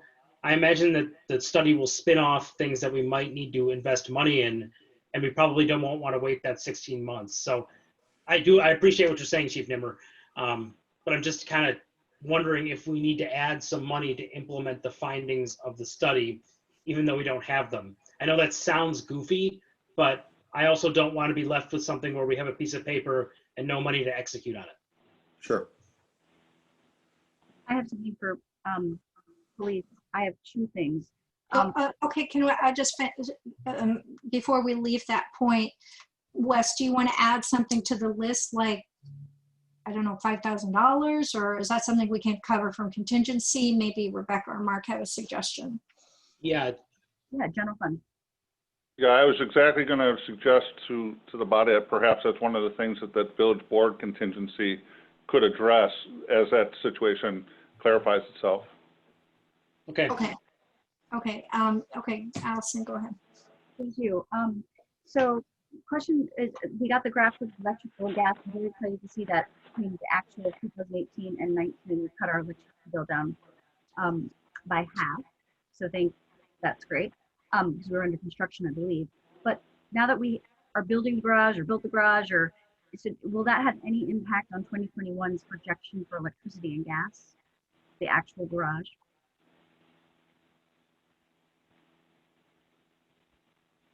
I don't know for 100% sure, but I think what we're seeing is that what the numbers that we have for 2021 should be sufficient is the hope. It's the same as what was projected for 2020 as a projected actual. So I'm just wondering if it will go up from now. Gas is projected to go up a little bit to heating that garage. If you look at the gas line item projected to 2021. But the electricity isn't. Are you gonna air it? No. Okay. So there's no air conditioning in there. Okay. Thank you. And then my second question just was on the parking fines for age. I would also like, as we did for the municipal court, I mean, these numbers are very low for aged parking fines. And again, we're projected at 8,000, which is half of what was in 19. Why are we projecting more for 2021? Well, currently there's a little over 7,000 that's been received. The challenge is, of course, is when you through August. Stop writing citations. It takes a little while for some of that to kick back in, mostly in the current. Again, I have no real reason to believe that based on a 21 projection, we're going to see a dramatic increase to the point that I would want to advise the board to budget expenditures on that hope. This is revenues. So I'm actually, I hate doing this, is lowering revenues, because then we have to find more to cut. If we want, higher revenues, we get to cut less, and lower revenues, we have to cut more to get to the same point. But age, if our projected for this year is at 8,000, why would we project 10,000 for 2021? They probably collected the easy ones. It's debt collection. They're They're all old debt. There's right. people are gone or whatever, gone bankrupt. So they've, it's not like it's going to give you the same amount every year. You get the easy ones first, and then it goes down. It goes down, but it's projected to go up, the revenues. That's my point. Yeah, again, it would be my general feeling that because of the COVID-19 and some of the collection suspensions at the state level, we should have done better this year. I'm happy to agree with you in concept. I would not argue if you wanted to revise that. I mean, that's, You want to put it on the list to reduce it? the court and the parking, we always get a memo. We were to discuss it for 4 hours originally. And when they come back to the court, it was the same discussion. And I just feel like if we're going to project one's going down and then one's going to go up for age, I don't understand the logic between the two. They either should both go down or they should both. Okay, let's put it on the list. Okay, parking fines aged. I think parking fines current is another discussion that we have every single year. And I know in past years, Mark, you've said, well, this is changing or that's changing, and let's wait and see. And I mean, obviously we way over budgeted this year. We haven't changed our FTE responsible for parking enforcement. I guess we did have the COVID. We had a number of months where we weren't collecting fines, so that accounts for some of it. But this is another one where it would be great to have a better handle on what are the factors that result. I mean, we have the same staffing. I assume they're spending the same amount of hours, unless people are starting to obey parking laws more. I mean, I'm not understanding what are the factors that are changing this so much. well, the biggest factor is what the board just approved on Monday, last week, Tuesday, I take that back, which is a change in the philosophy for allowing on-street parking. If you might recall, there was a number of metrics in there that showed how that would impact parking citation collections, and that is already reflected in this budget. Was it 33%? Because if so, then the utility is different. The utility went down 50,000, or expenditures went up 50,000, and then here the revenue is going down by 33%. So I just want to know the logic. Was what we were presented in the memo if we voted that way? That was in the parking. That was in the memo on the parking. Yeah. It's a 33% and 50,000. Okay, is that correct, Mark? Well, the budget's programmed to coincide with the metrics in those memos, yes. Okay. I can't, All right, I'm well, not sure exactly the percentage you're referring to, but I went right from those worksheets to amend the budget documents. Okay, thank you. Civilian salaries, 2020 projected, I think that's just a typo of 18,600. I'm assuming that. Yes, that is my bad. I've Okay. updated it and Okay. Fuel, I noticed that you projected fuel at $2.75 a gallon. It's currently like just over $2. Why so high? it's the same metric we used last year, and I haven't revised that. I'd be more than willing to entertain a discussion on that if you'd like. Yeah, I mean, because it's not just in this budget, but it's in fleet, your other departments, I guess fleet Yeah. charges it out. And But Director Butcher can also speak to the difference between regular and diesel fuel, so certainly something we can review and be prepared to give you more information on during budget wrap-up, absolutely. Okay, I'm gonna put that on the list. Going on that radio expenses, Chief, just whenever I'm at the ICC, they always talk about this. Is this the same number as 2020? Because I thought it went up every year, the radios. It did go up, and I think it should be reflected in the budget. Yeah, it's reflected. But well, okay. But it's, okay. All right, it went up 5%. Any other questions? It's 5%, is that I correct? did have a question about liability and property insurance, went up I want to know if 11,000. this is what was projected for it to increase every year because it was a memo to the ICC. And it's a very significant answer. So Are you implying that the increase is not correct? Because it does increase. I just want to know if it increases by 5% a year. It went up It says 19. 5%.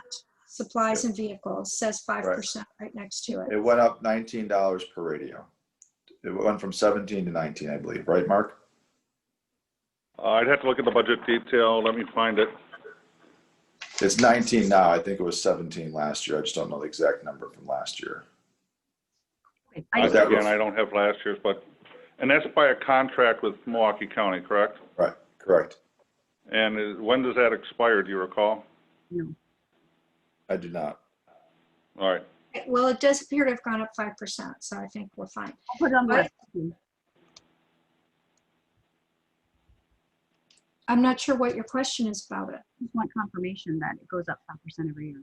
There is a percentage in that contract. We can certainly provide you a copy of that contract, absolutely. Okay, why is the liability and property insurance going up $11,000?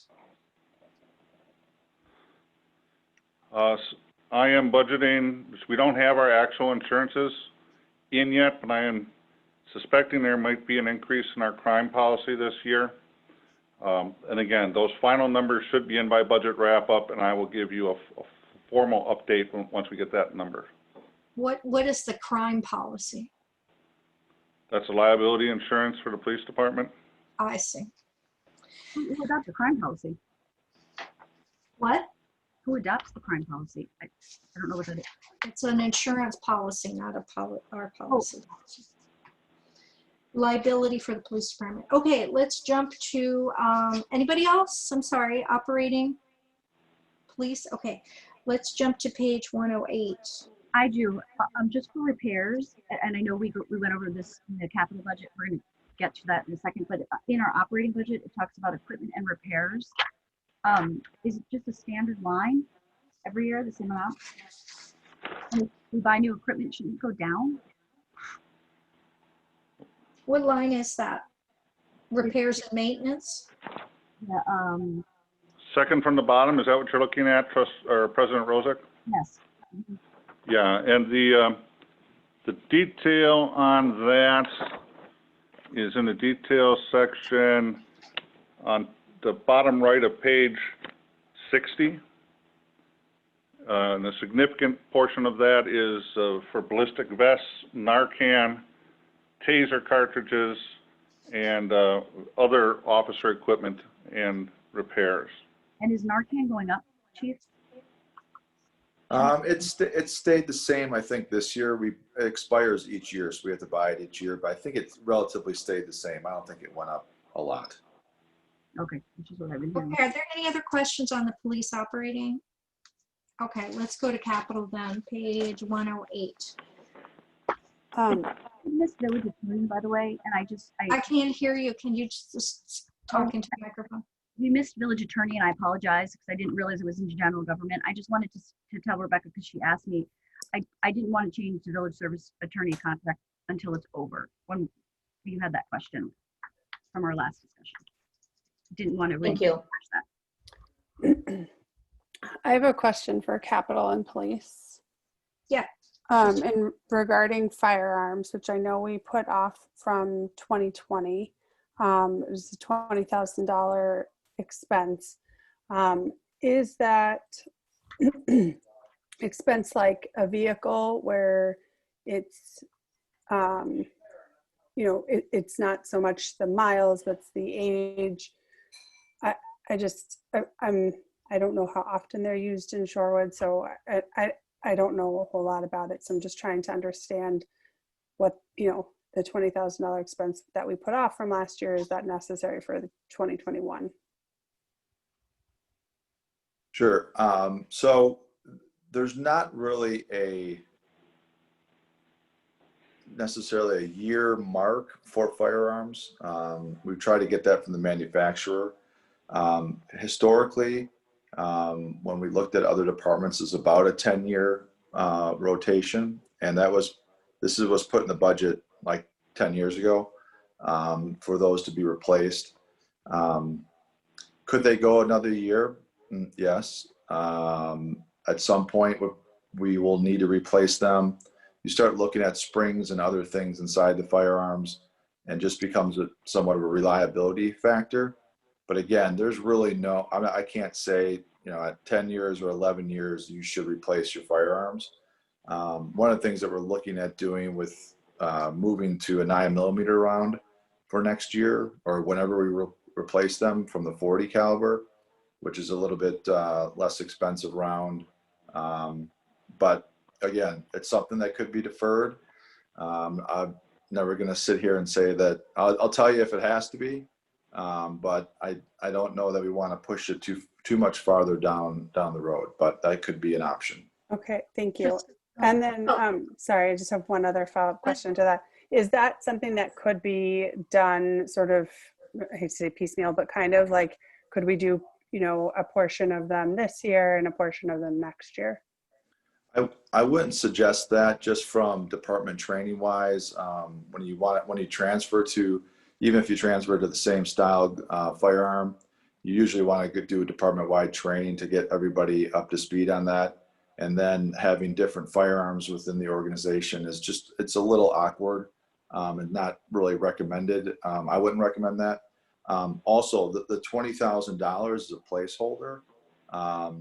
If we chose to do that, I could probably get some firm numbers from the manufacturer as far as what the actual cost would be and what the trade-in they would give on our current firearms.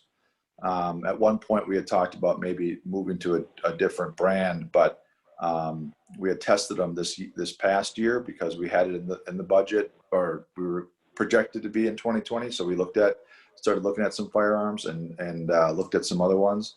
So I could get a much better cost. And then if we stayed with our current manufacturer, I believe we could use our current holsters, which would also reduce that cost. So that could come down substantially. And if you think it might be something that you're looking to do for next year, I could probably get some numbers put together for you that are a lot more realistic. And so I could get those to you before the end of the budget cycle. You're talking about the reductions, like the lines that would reduce as well as increase. You mentioned reduction in ammunition costs and reduction in holster costs. You'll show us like which lines would go down.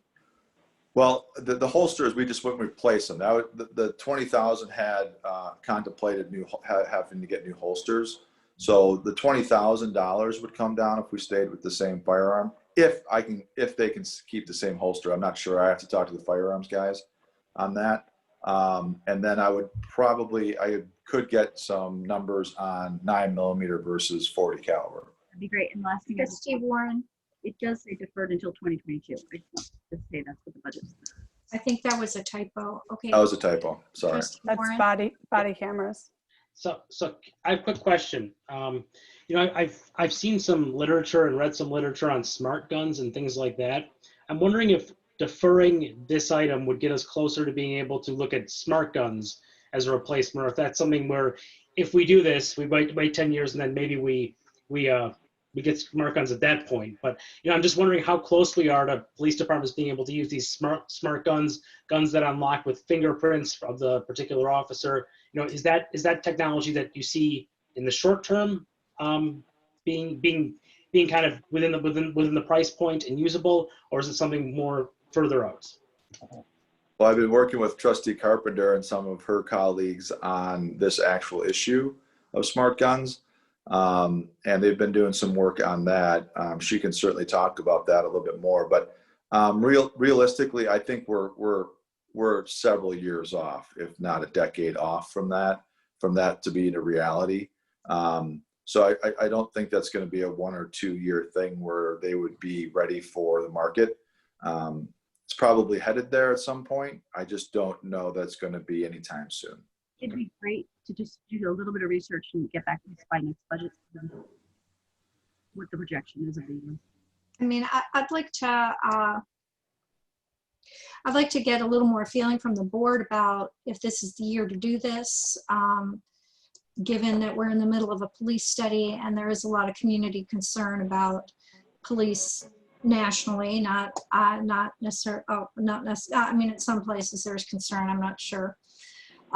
But I'm just not sure that this is the year to be spending money on guns, but maybe I'd like to hear from other trustees as to if this is something, if they feel the same way. Yes. Trustee Amenta, I have a question. So I see we have body camera replacement for 2022. So what would the approximate, I mean, if we put off the weapons, how much, we all know the importance of body cameras. So if we're putting a placeholder in for 2022 for body camera upgrades, replacement, whatever, approximately what would that number be? Does the chief or does Mark know? I don't know. I know that we currently spend about $33,000 on body cameras as well as the fleet camera system. So I just don't have a good sense right now of what that cost will be. I think like everything, it will go up a little bit, but how much, I'm not sure.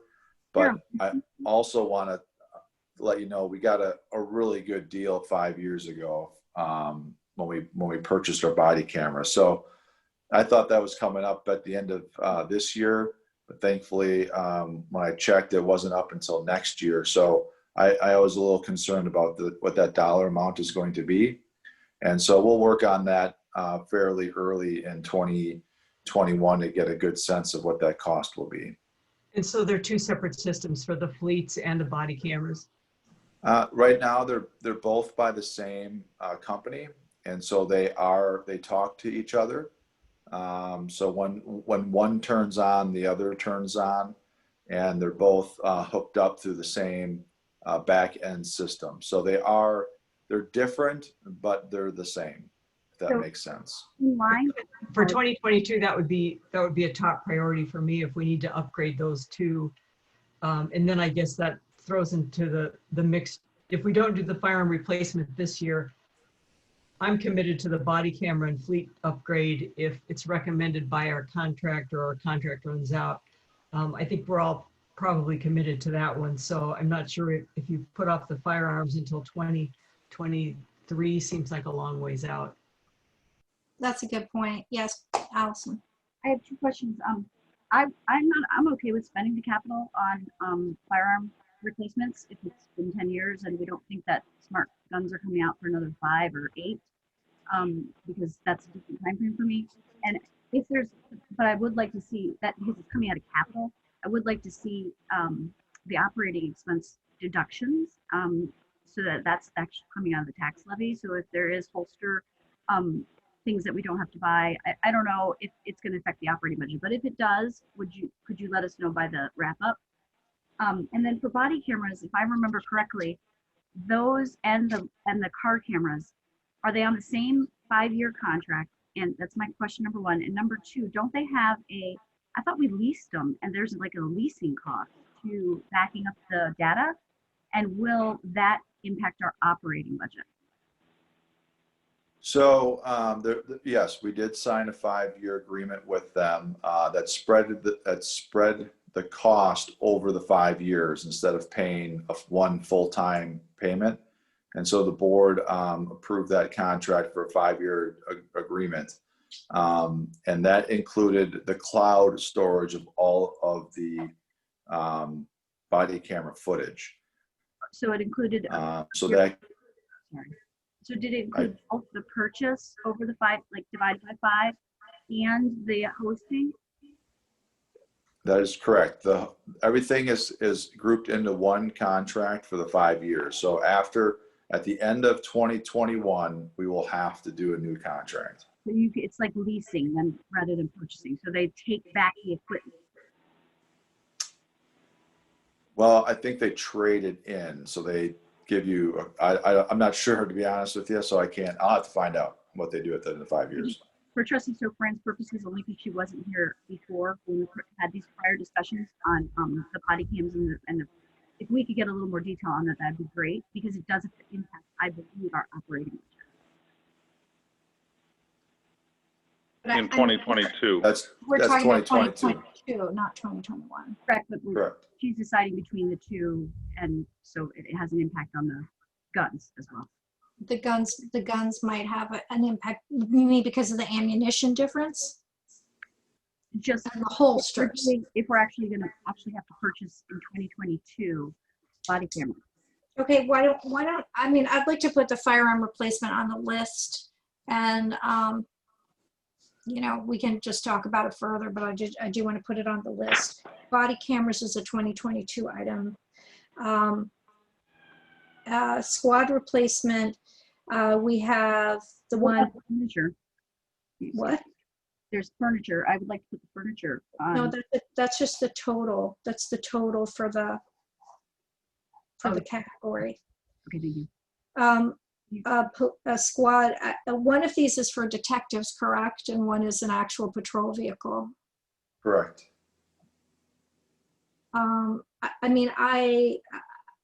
which one is I don't know. I want to put the detective one on the list. Yep, that's fine. Which one is that? So number That 7, would, that's the 48,000. 48,000, yeah. Okay. Why does it say it's on? Oh, okay. So Right, so that's squad car number 7. Yeah. Yes. Okay. All right. And I have a question that's somewhat related. I just wonder if at any point, someone in the village between DPW, police, if we could look at some other models, has anyone looked at moving to an electric vehicle if possible? I think, it's going to happen, and I'd sure like Shorewood to be among the first to have electric vehicles where we could. Yeah, that was on my list as well. I don't think that, that the dealers are not making it easy for us. I think you have to be aggressive about it. And I know it would be a time commitment to do some research, but there's more and more of them. We're driving them around town. I'm not, but people in my neighborhood are. And there's someone I know who is very interested in this and has tried to convince me that every police squad should be a used Tesla, which I'm open to. But, I'm okay with that. well, hybrid. I mean, I guess I just wonder if there's anybody, do we have anybody in the village, either in DPW or with the police? Because those are we have a few inspector cars, BART or that department. If you could look at the overall fleet costs, if by 2030 we could have half of our vehicles be electric, some sort of model to follow, that would be great. I don't know where to start with the R&D and the research on this. I know Conservation Committee brings this up frequently. And yeah, we've talked about it multiple years. I would also support that initiative as well. I'd love to see that happen. I mean, I think we do have to recognize, I think Teslas are fast enough that we probably could do it, but I mean, they're expensive relative to gas-powered cars. So, and I'm not sure what we'd have to do in terms of charging. We'd have to have a lot more charging facilities. But yeah, no, I agree. And then you would probably save money in the long run with all this fuel, looking at all this fuel cost in here. I mean, in the long run, we'd probably start to see some savings there. I think that going on the electric, we might want to test that out in DPW and planning before police. Safety, for me, I would feel like that's the speed. So when you're testing out something like electric vehicles in a fleet of our own for government, I think a planning vehicle that travels 1 square mile at a very low speed would probably be the best place to start, or maybe some sort of DPW vehicle, and safety would be. But for hybrids, they've been around forever. So I don't know, Chief, do we have any hybrid vehicles in our police squad? We don't. We can certainly look at that. They've typically been about, don't quote me on the price, but 7,000 more for a hybrid engine. And do they save that over the 4 to 6 years of in gas? I don't. I would have to ask a little bit more about that, but I know that they've been substantially more expensive. But again, and something I can certainly look in. I think I have a contact at Ewald. I think I can talk to. To be fair, the police, I think they've come down the costs just because it's been so long now. But if they haven't, they haven't. I just think it's better for the environment. If it's a wash, then it's even better. You still get the environmental benefits. Yep, no problem. I'll check into that. And I do want to mention that going back, the reason I mentioned for repairs to so we've always been told if we put off every 4 years we should purchase a squad car. And last year we made the decision to defer it a year to 5 years. And then we've always been told that would higher maintenance costs. I don't see an associated higher maintenance costs in 2021 from doing that last year. So when we're told things like that, I like to see that. I don't know if it comes in year 5, if by deferring it a year, but if there's going to be higher maintenance costs, I'd like to know there's a reflection in the budget because we've deferred it a year. I just don't. So you're asking DPW to budget more maintenance costs because we've extended the. Well, that's often the argument. I mean, we've had long discussions in budget about vehicle replacement every 4 years, and if we defer a year, the argument is that your maintenance cost is going to go up. I know, I understand that argument. Are you asking for, what budget change are you asking for? I don't see it reflected. So if maintenance costs are going up because we have made deferments, I just want to know that is a fact. So you're saying in the 2020 projections, you don't see it reflected, not that you want to change the 2021 budget? Well, 2021 is exactly the same as, is that correct? I could comment on that a little if you'd like. Thank you. Again, you've probably heard me say this more times than you care, but we do monitor our trends. And I think the general kind of obvious conclusion is at some point in time when major components of our squads start failing because they get a little bit older, you're going to see a major jump. We start replacing transmissions and starters and other, major mechanical systems. So whether or not that happens in 1 year, whether it happens 3 years from now, it's just a matter of how frequently that's going to happen the older your fleet gets on average. So Totally. we monitor that constantly. Thank you. I'm just saying that as this board has been conservative over the last 2.5, 3 years in our budgeting, we have put off some vehicle replacements, and we've been told every single time by doing that, even for that year, we were going to have some impact, and I have not seen that reflected yet. Okay. Are there anything else on the police budget? Okay, I'd like to take 10 minutes maybe, because I haven't eaten anything, and then we can jump into DPW if there's no objection. Okay, so it's 8:02, we'll be back at 8:12. We still have planning before DPW. Thank you. Thank you.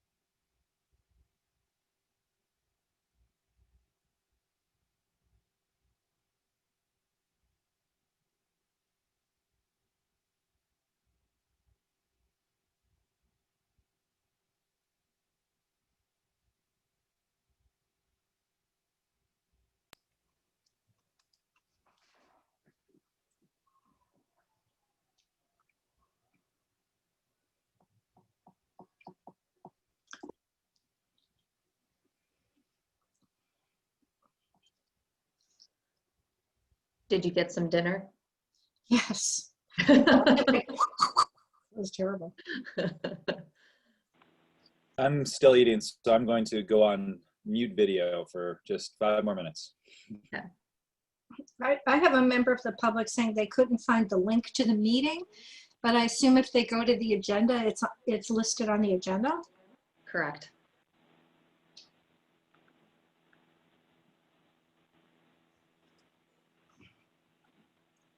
By the way, I'm here too. I'm just eating as well, so I'm gonna Okay.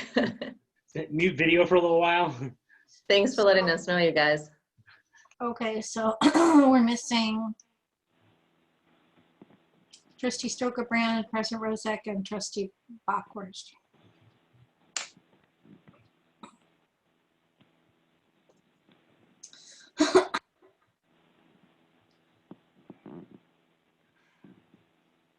Trustee Stokebrand's back.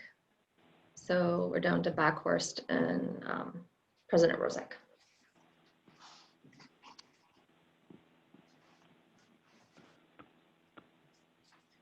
All right, why don't we reconvene?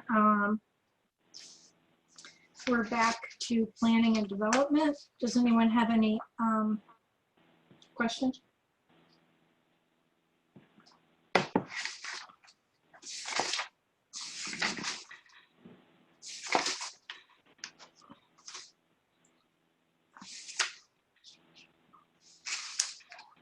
No?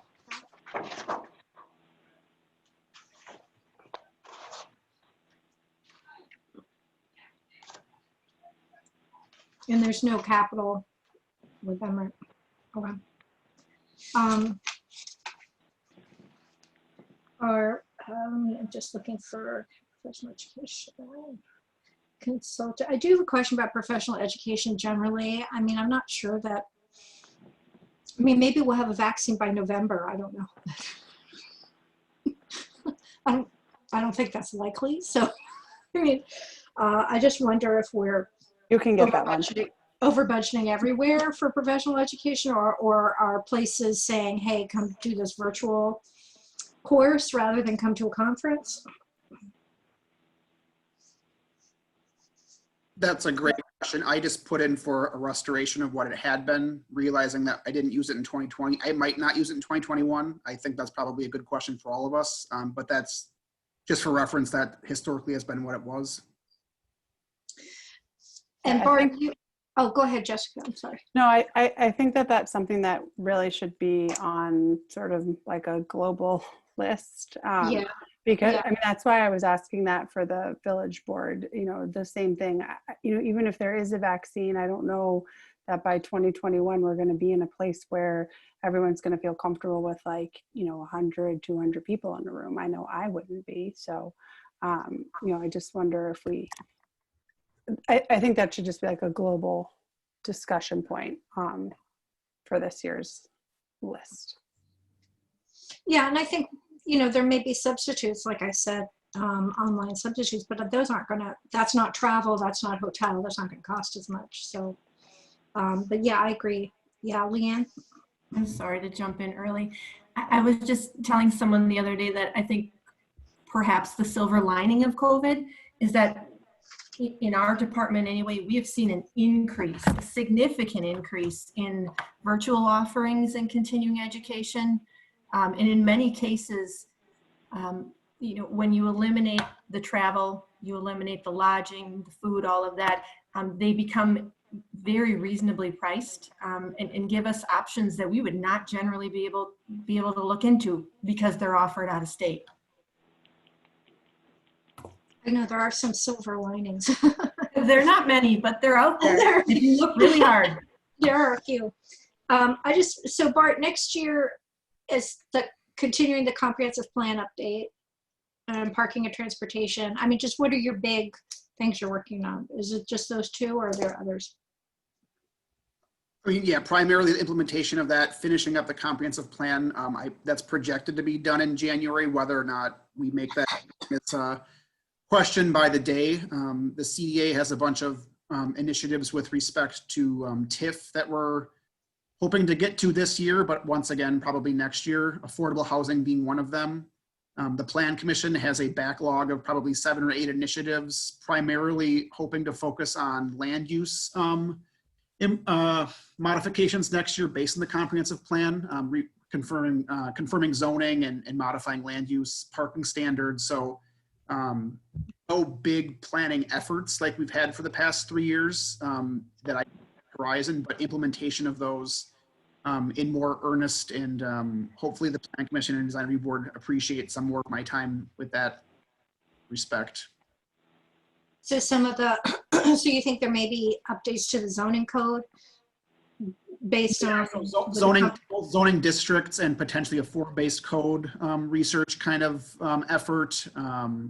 And then just within the districts themselves, some moving around of uses and things like that. It's been a long neglected chapter, and ideally once the comprehensive plan's done, we'll have enough direction on that I can work with them on cleaning that up piecemeal at the very least, but in potential large scale. Okay, super. Yeah, Allison. I just want to back up our planning director that I'm the chair of the Planning Commission as the president, and I can tell you that a lot of work needs to be done, and I'm really, really proud of our planning director for taking on that challenge. And so any assistance that he can get in a long neglected, necessary government function. Okay, if there's no other questions, thanks Bart for waiting around. We'll move on to other public safety, which is, crossing guards, health department, lifeguards, crossing guards, lifeguards, which is a big expense. And I have a question about the 2020 crossing guard budget, and then I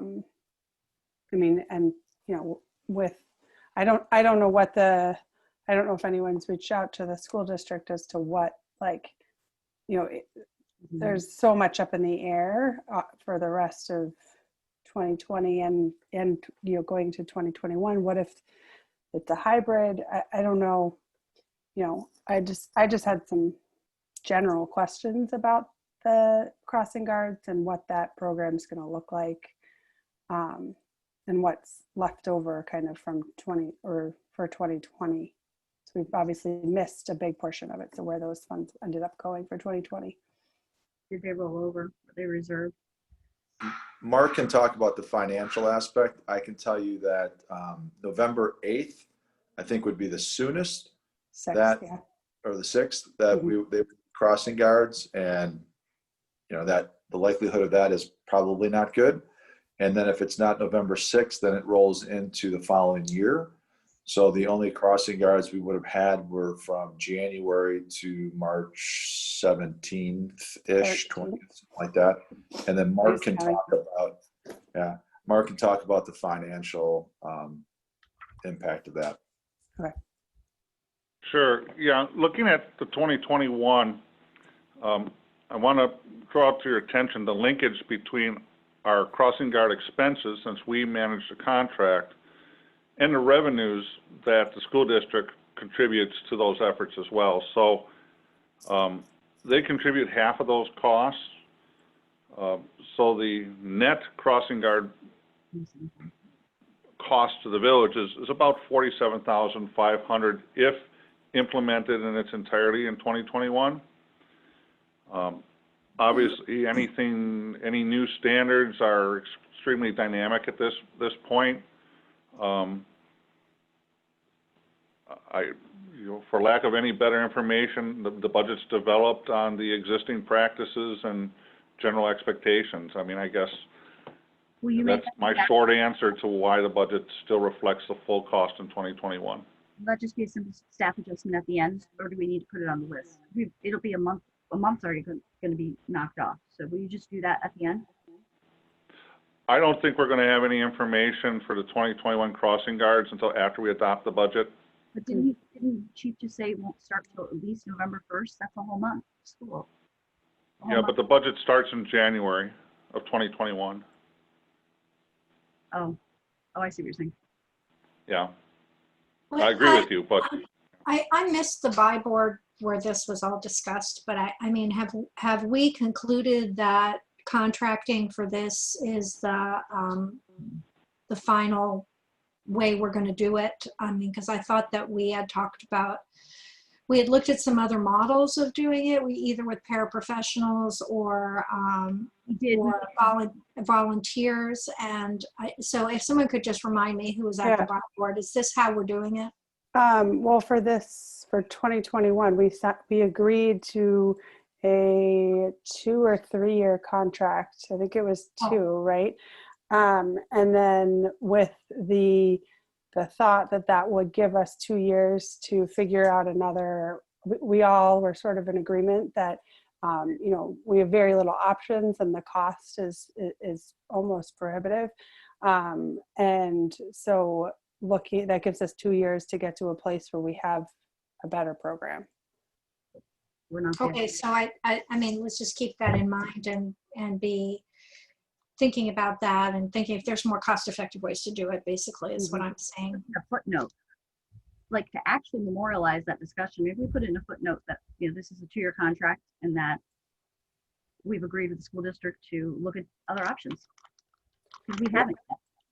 Well, it was my understanding, and Trustee Warren, you can chime in here because I think you were there with me, but that the school district was taking was taking ownership of how to modify that program within the 2 years, so that they could have, whether that's through a program through the rec department or whether that's through employees of the district, whatever that, or some combination thereof, that they were going to sort of spearhead that project.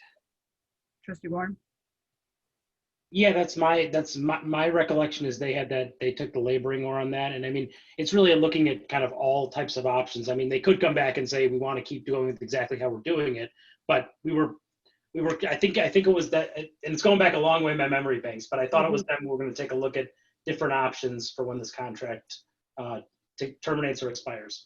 Rebecca? Would you? Allison, can you let me chair the meeting? Thanks. If you have something to say, go ahead and say it. I'm just asking Rebecca her recollection of who's taking the lead. Mine was the 2-year contract. I apologize. Trustee Carpenter and Trustee Warren have a better memory than I do. But can definitely pull the notes from that buy board meeting and redistribute it to the group. I mean, it seems like something to add just for item for future agenda for a buy board. I just don't want it to get lost and then we get to the end of year 2 and we haven't talked about it or thought about it and then we extend it for another year. I mean, spending almost $100,000 is a lot of money. So is there, when is the end of the 2-year contract? Is it obviously it's an academic year. Is it June of 2021? I think it's 22. I think it's 22. Pretty sure it's 22. That buy board meeting was in the fall, pre-COVID. It's all a little hazy now. Anything pre-COVID feels a million years away, but right. I've made a note to revisit the topic in May. So we're doing a recap on where we've been. It's really, COVID's a moving target, right? So we took the approach of accommodating for the contract in the budget, and we'll need to recalibrate based upon how COVID impacts the schools. Okay, I had a question about the 2020 projected for the North Shore Fire and the Health Department, that they're, I mean, don't we have agreements with them at the beginning of the year. So like for the Health Department, they told us when we budgeted 129,000, but now you're projecting 150. So how did they come to us and say we need more money? Yes. It was a vote, mid-year vote. They, in the last week's Friday I think it was last week's Friday update or the Friday before, I attached a letter from the Health Department that accommodated for an increase overall in contract costs. The managers have asked for some additional information, but the bulk of that is actually taking the salary ranges for the health department taking on an additional half-time position to accommodate for COVID and some of the impacts they're having, and then taking those salary ranges and adjusting them because right now they're under what those ranges would be if they were to solicit for replacements in those positions. I think right now they're looking at some aspects of retaining current staff, but then also looking to the future for a potential need to do replacement should people leave. But are you going to come? So wait, so I'm not sure what you're saying. So you're saying that they re-looked at their salaries and this is a salary adjustment? A portion of it, yes. Are you going to come to the board with this? And should we be budgeting 150 for them next year instead of 134? I mean, I don't know. This is all confusing because then they tell us, so they're telling us this year it's going to be 150, but next year it's 134. It just seems very weird. Like if that's their mid-year budget adjustment, why is their next year's budget lower? This year we had some emergency expenses related to the COVID-19 costs, both in the health department and the North Shore Fire Department. And I'm not sure, Rebecca, the mechanism for acknowledging those costs and splitting those up within the member communities, but those were the factors that impacted the 2020 projections. Didn't we just renew our contract with the health department going forward and there was a slight adjustment upward?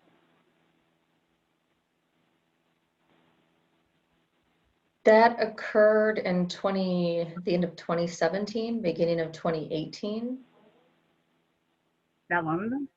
Yeah, the health department definitely had a number of expenditures this year, some of which they'll be seeking reimbursement on. Okay, I didn't know. And I'm not debating that they need more money. I mean, I think their contact tracing, it would be is not as fast as it should be, frankly. So, I mean, I'm sure they need more people just to be able to do the contact tracing, and we're in the middle of a pandemic. We need public health, so I'm not debating that they need more money. I'm just saying it seems odd that they would mid-year ask us for another $20,000, but then only ask for $5,000 for next year. So I don't know. It seems odd.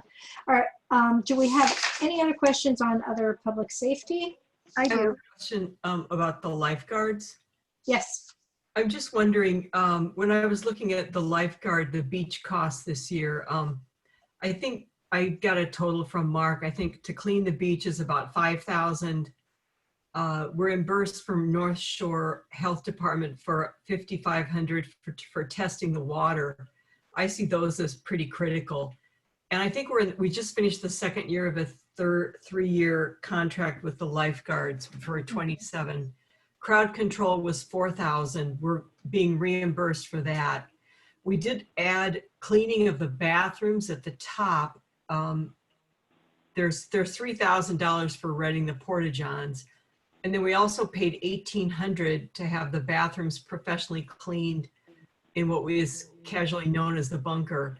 And I think we're going to be reimbursed for that, I believe, due to COVID. So there's costs here that we're getting reimbursed from COVID, but we got some benefits. And I just wonder, given the cost here, they did do crowd control, and I'm wondering if we could get some data from Coastline Services about how many people between 11 and 4. I know they do a count in the water and a count on the beach, I think. I'd like to get some numbers because people in my neighborhood are asking about the quality of life here is different because of COVID, for one thing, and the number of people at the beach.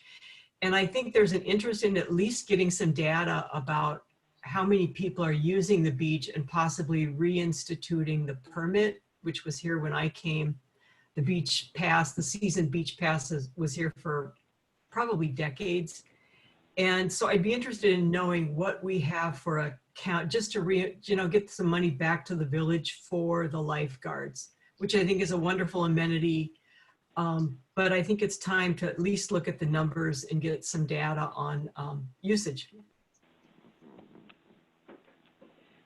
If did we get a report from Coastline for the season? So Sure. you're interested in the like total, like some kind of estimate of the number of people using the beach during the week, during the weekend, or just total, or what are you interested in? Well, total would be great, but there's no way to get it. So let's just get what we can from Coastline Services for the time when the lifeguards are there. Sure. Eric keeps tallies, I believe, for daily at the beach. So we could reach out to him to request that information. Thank you. That was for the beach. Are we on public safety? Are we still on other public We're on safety? other public safety, yeah. Thank you. For the, I know you're going to bring up hydrant rentals, but for the, you talked about fire. Is it projected here?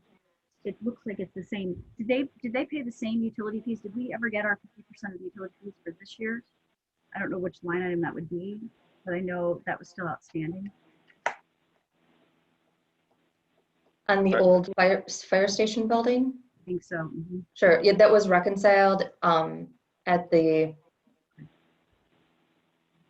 last year or beginning of this year. We were closed out of that portion of it because they took over ownership of the property. So we're all settled in that category. Looks like that's been projected. And then moving forward, didn't the fire board increase the capital? Like, didn't we have a 2.5% increase this year to everyone's budget to operate, and then also a capital adjustment? Sure. Mark was provided with those numbers, which should be reflected in the budget numbers that are before you.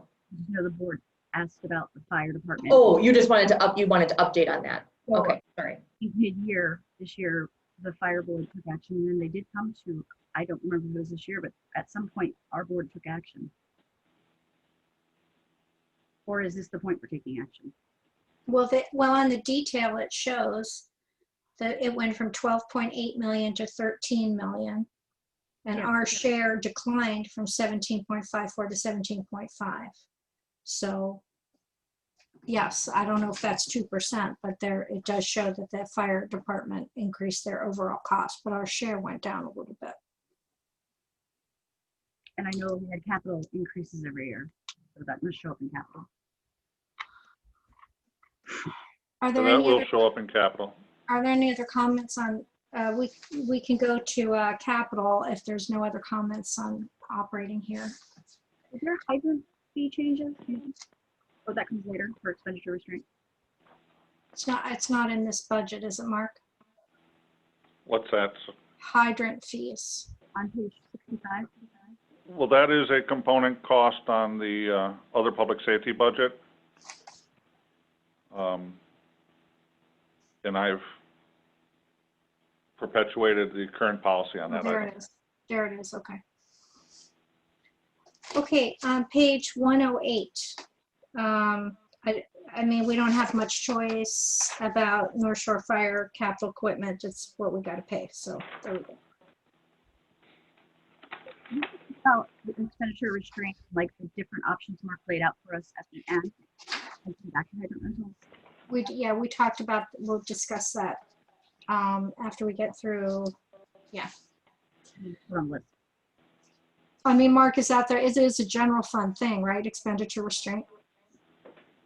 Well,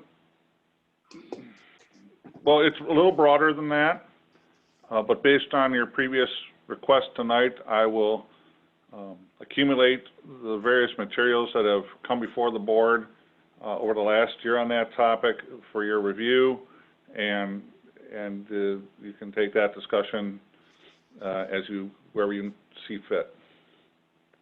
Okay, well, that was again. I'm sorry to interrupt. I don't know exactly what that meant, but that's okay. Why don't we go? Again, just to reiterate from last Tuesday's meeting, it is my complete belief that whatever budget this body adopts, we can become compliant with expenditure restraint. Again, I have no reasonable expectation you're going to adopt a 4.2% tax increase.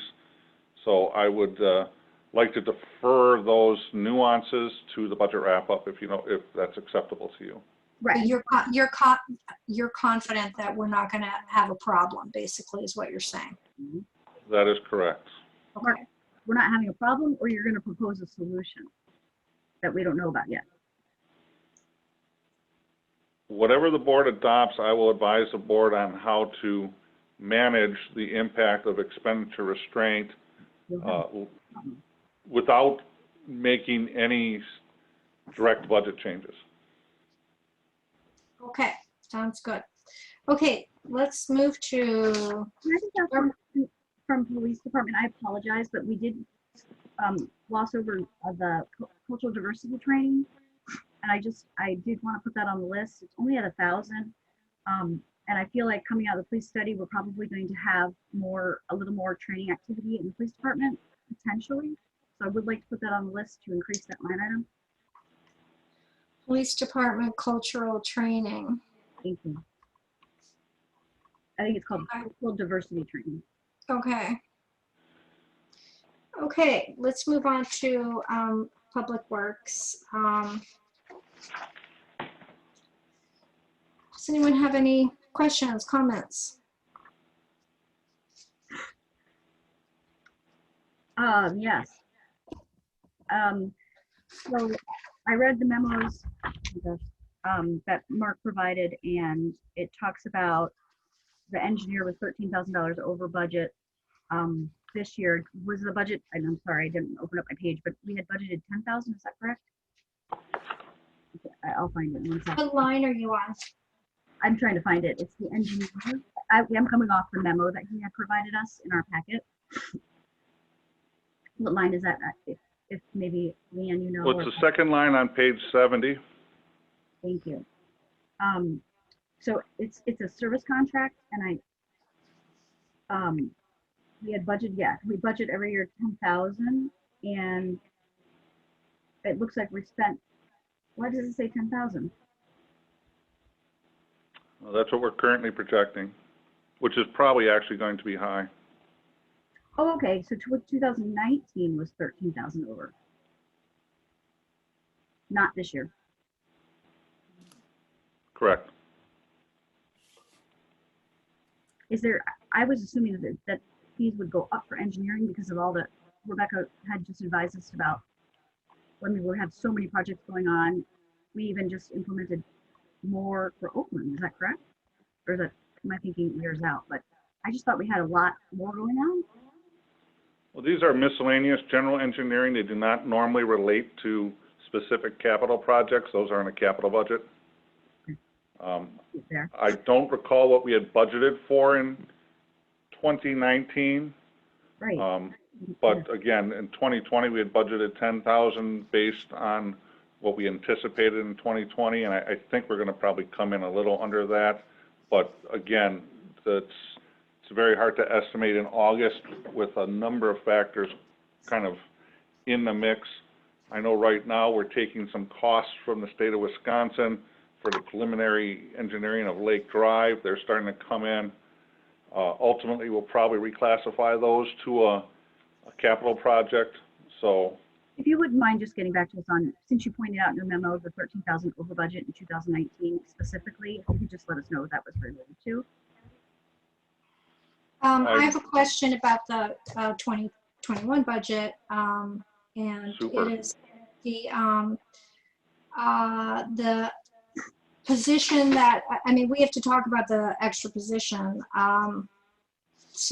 But point three is in the general fund, and where is that detail? I mean, is that lumped into page 69, the line salaries and wages? So I assume that's Correct. raises COLA and that 0.3 position.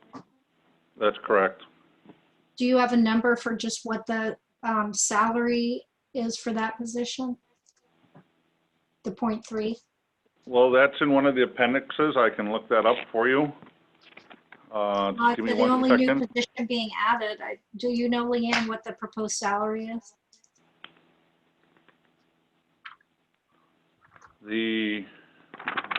I'm looking it up for you right now. Just to take me 1 moment.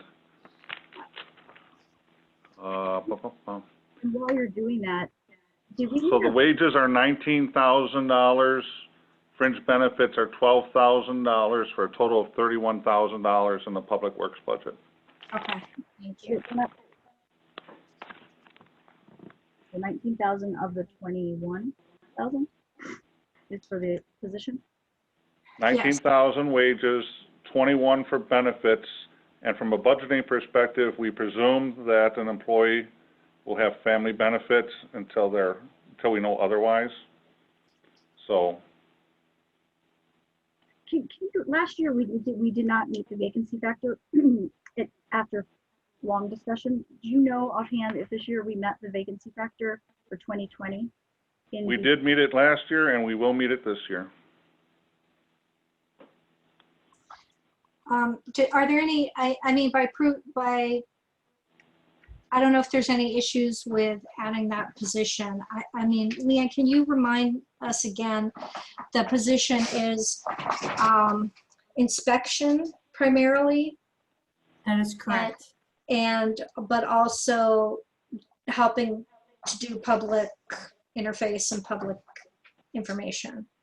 Correct. It would be the vast majority of the field inspection. And then typically a fairly significant portion of that time is also spent dealing with issues that directly impact residents and working through those issues. So that position would handle the bulk of that work that needs to be done from the field. You know, I will still take phone calls and deal with it from the office end. During the off season, we anticipate that they would be doing that position. We'd be doing a significant amount of plan review, working on planning and construction documents for projects that would be bid the following year. Would also greatly benefit the department if we had a timely recording of those asset improvements in our GIS system. Now that's something that we kind of do on an as time is available basis. But if we were able to make those, like I said, record those asset improvements the season following their implementation, that's certainly a much better management of the asset. Well, is this like the facility conditions that's in the capital, $20,000 for documenting conditions of our buildings? I mean, is that something that this person could do? It's likely that they could assist us with that. I think, you know, like everything, you have a really big list of all the things you want to get done. I'm trying to make sure that we are delivering to you a feasible list. And, you know, it's going to take some time to get this person up to speed, and there will be a lot of, you know, construction documents and general conditions and system plans and things that they are going to need to really get up to speed on if they would offer, you know, that significant benefit out in the field. So I'd like to say yes, but I don't think it would be their primary role, nor would they do the vast majority of the work. Okay, I mean, my feeling about it is that we are kind of amping up our capital plan and our capital program for the next couple of years, and you know, we have been talking about doing it on contract or whatever. Anyway, I am, you know, as hesitant as everybody else to be increasing levy, but I do feel it's necessary. President Rozek. Thank you. Where is the vacancy factor? Because all the salaries seem to go up. So where's the 40,000 in it? Is it in both police and in DPW again? I would defer to Mark on that answer.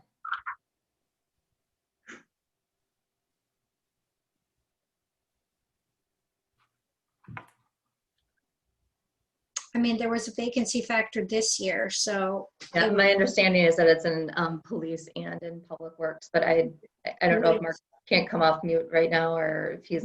That's also how it has been explained to me. And although where exactly you see it recorded in the budget, I don't know. The reason I ask is when Mark and I have different opinions of was it met? I don't think it was ever, there was something that was, I couldn't find it last year.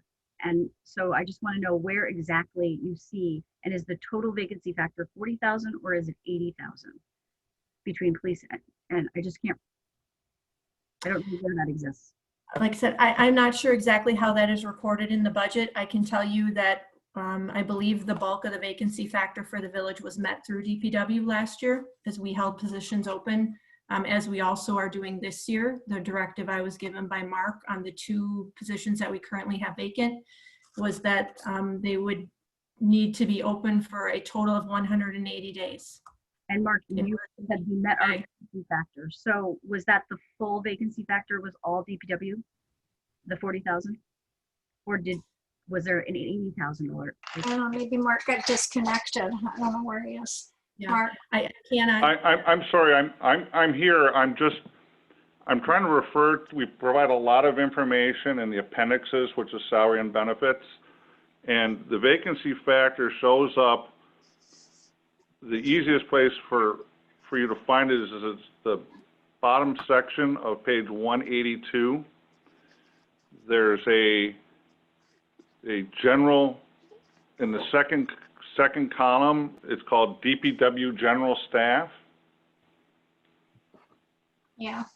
The number of physical positions for that is actually 15 positions, but we're only budgeting for 14.5 of those positions if you go to the 4th column. And those costs are distributed across all department areas in DPW and utilities. Well, I shouldn't say that. It's really, well, yes, they are. I don't see it going down anywhere. So on page 182, in the second column, the last 6 or 7 items, it says DPW General Staff. Mm-hmm. And then to the right of that, it says 3,000 Public Works. And to the right of that, it says 14.5 FTEs. But that's actually representing 15 staff positions. So that's where it shows up in the budget details. And then salaries and wages are only reflected in total and benefits in the departmental budgets. I mean, the problem with that is if somebody was trying to figure out how many FTE there were. It doesn't make any sense. Yeah, I mean, that 15 to 14 and a half is totally, you know, not explicit anywhere unless you made a note, which is why, you know, at the county, when we budgeted that, we would budget 15 and then do a negative expenditure for the vacancy factor, which just makes it more clear in the budget, I think is the general point. I'm sorry, I tried to illustrate that on page 9 when we did the budget overview. But I understand your point as well. So can you just confirm for me that in 2021 there's all the vacancy factors being met by DPW at 0.5 FTE? In 2020 or 2021? Wasn't it 0.5 in the police and 0.5 in DPW, right? That's correct. Yes. And the total for that would be then not 80,000. I'm not sure where you're referencing that information from, but that sounds pretty reasonable. I could confirm that with you if you'd like. That would be great. As a follow-up. Thank you so much. And then my last question is the areas in your memo says the areas for DPW were approximately 90,000 over budget due to shifting workload between water utility and general operations in 19. So what are we doing to shift to accommodate that in our upcoming budget so that we're not $90,000 over budget? I don't know what memo you're referring to. It's in the packet. It's under general fund. and it's not page numbered unfortunately, but it's under Public Works. So you have municipal court, finance, police, planning, and now we're at Public Works. You mean in the 2019 budget recap, fourth quarter financial report? Yeah, I guess so. That's what was in. Yeah, Yeah. that's 2 years removed. I'm really Okay. not prepared today to address that. I'm just wondering what we did to switch that up. Yeah, we addressed it. I mean, I understand your question, and I did address it. Again, my recollection just off the top is that in that year I had over budgeted for the utilities, and after additional discussions with Leanne, we made sure that we didn't do that again in 2020. So like And- building maintenance costs on page 76, it looks like we're charging to utilities 15,000. Is that, and it's in red. So I'm just wondering if that is to help offset that. We weren't charging enough. On what page? It's found page 76. At the very bottom in red.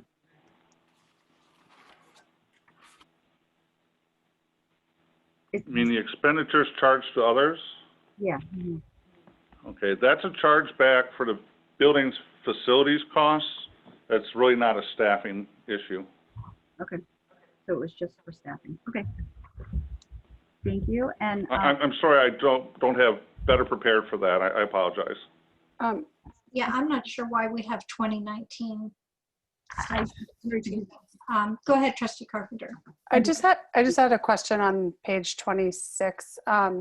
So it shows all of the charges for fuel and oil, and then all of the expenditures. Page 76, you mean? Yes. Oh, okay. You said Sorry. 26. Oh, sorry. 76.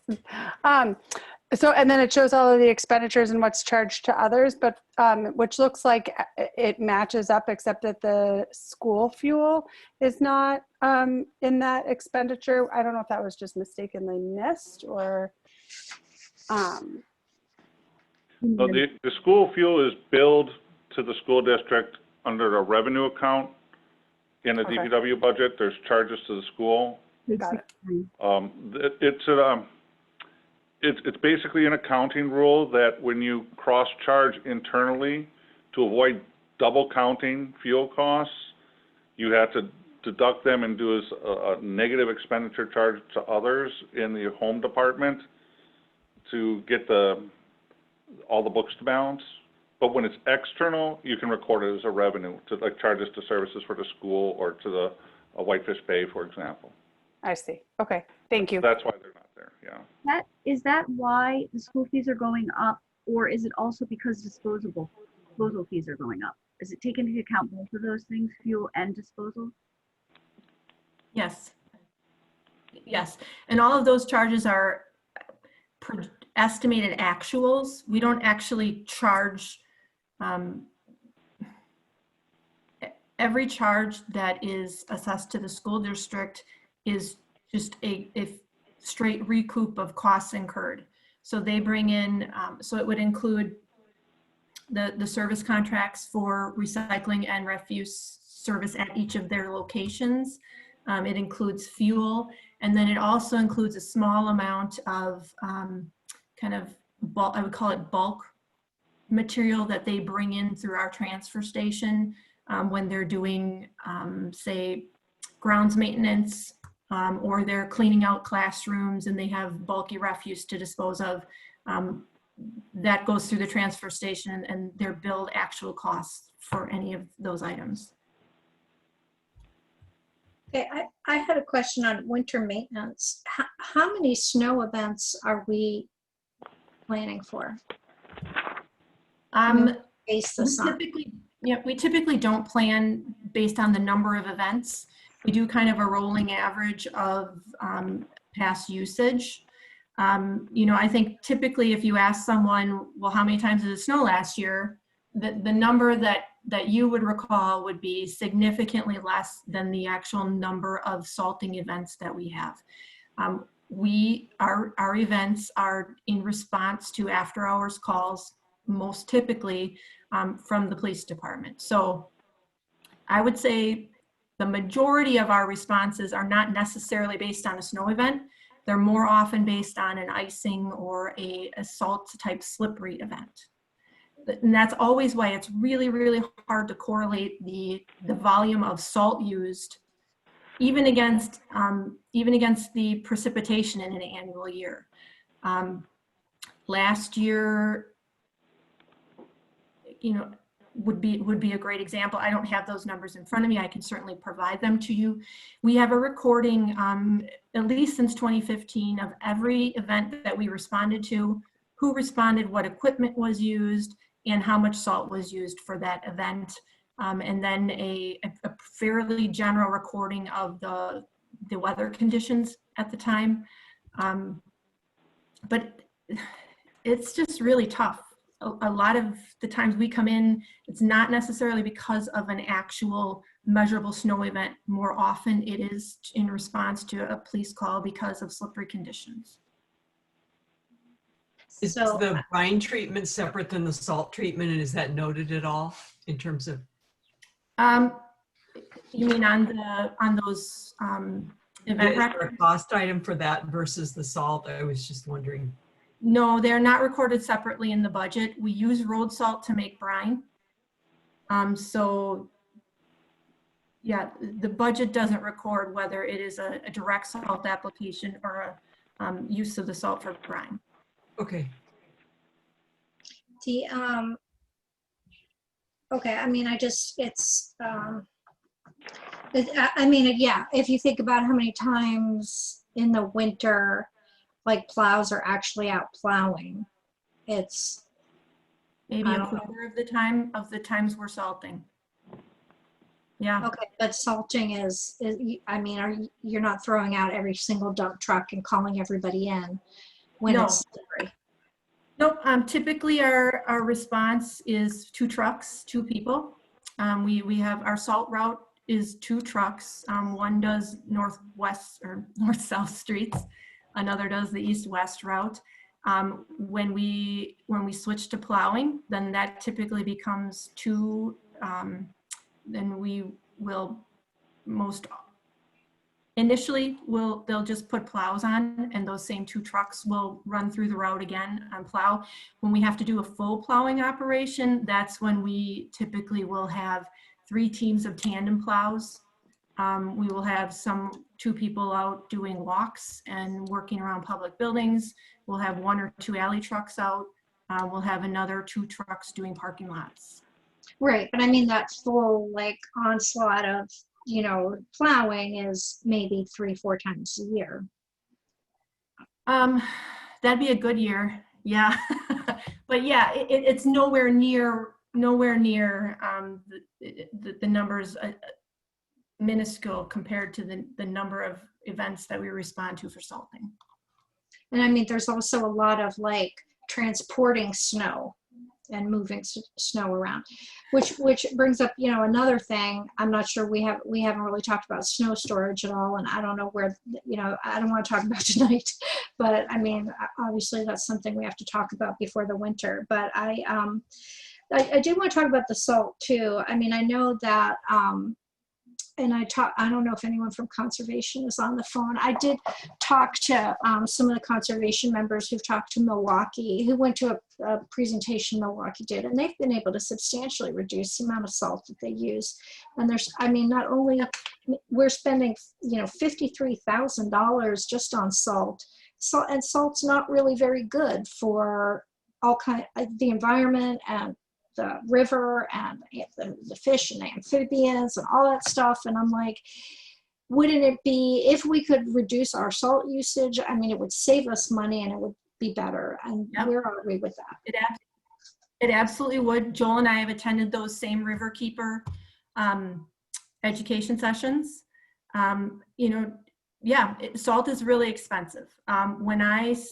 My first year here ordering salt, which I believe was for the 2009 budget year, my recollection is that salt was about $48 a ton. As you note in the budget this year, we're paying $73 and change a ton. So that's an increase in 11 years of 65%. But I'd like to point out that, with the more modernized equipment that you have allowed us to purchase and the implementation of the use of brine, my typical order when I started at the DPW was 800 ton a year. For the last 3-4 years for sure, maybe stretching back longer, that annual order has been 600. So we have reduced our salt usage by 25%. Can we do more? I'm confident we can. I think the larger discussion there becomes a question of managing resident expectations. Everybody, I should not say everyone, there's a significant percentage of the population that expects bare streets and running water within hours after the completion of the storm event. We can do that, but it takes salt, and it takes people, and it takes equipment. We can definitely reduce that salt usage, but people are going to notice. And so we need to have a thoughtful conversation about how we are going to communicate those expectations. I mean, I think if we, and I will get to everybody. I have Trustee Erskine Carpenter and President Rozak. I'm sorry, I don't mean to dominate. But I do think, I don't know. I also think it's a worthwhile conversation to have. I wish we could have it. We could have had it before. I'm not sure that now where we're talking about budget is the right time to cut the salt budget right now. So anyway, President Rozak, you've had your hand up for a while. Thank you so much. I have a couple questions. Vehicle maintenance. We've been purchasing a lot of new vehicles over the last 3 years. New garbage trucks, new stumper, new, I don't know, there's been a new vehicle delivered every year. So two questions on that. For vehicle maintenance, it seems it's still not declining. No, and it will not decline. The reality of it is that every piece of it, every vehicle that we drive, and frankly that you drive, is significantly more complicated and more computerized than it was 5-10 years ago. At the point that I started in this position, the only thing that we ever sent out were transmission rebuilds.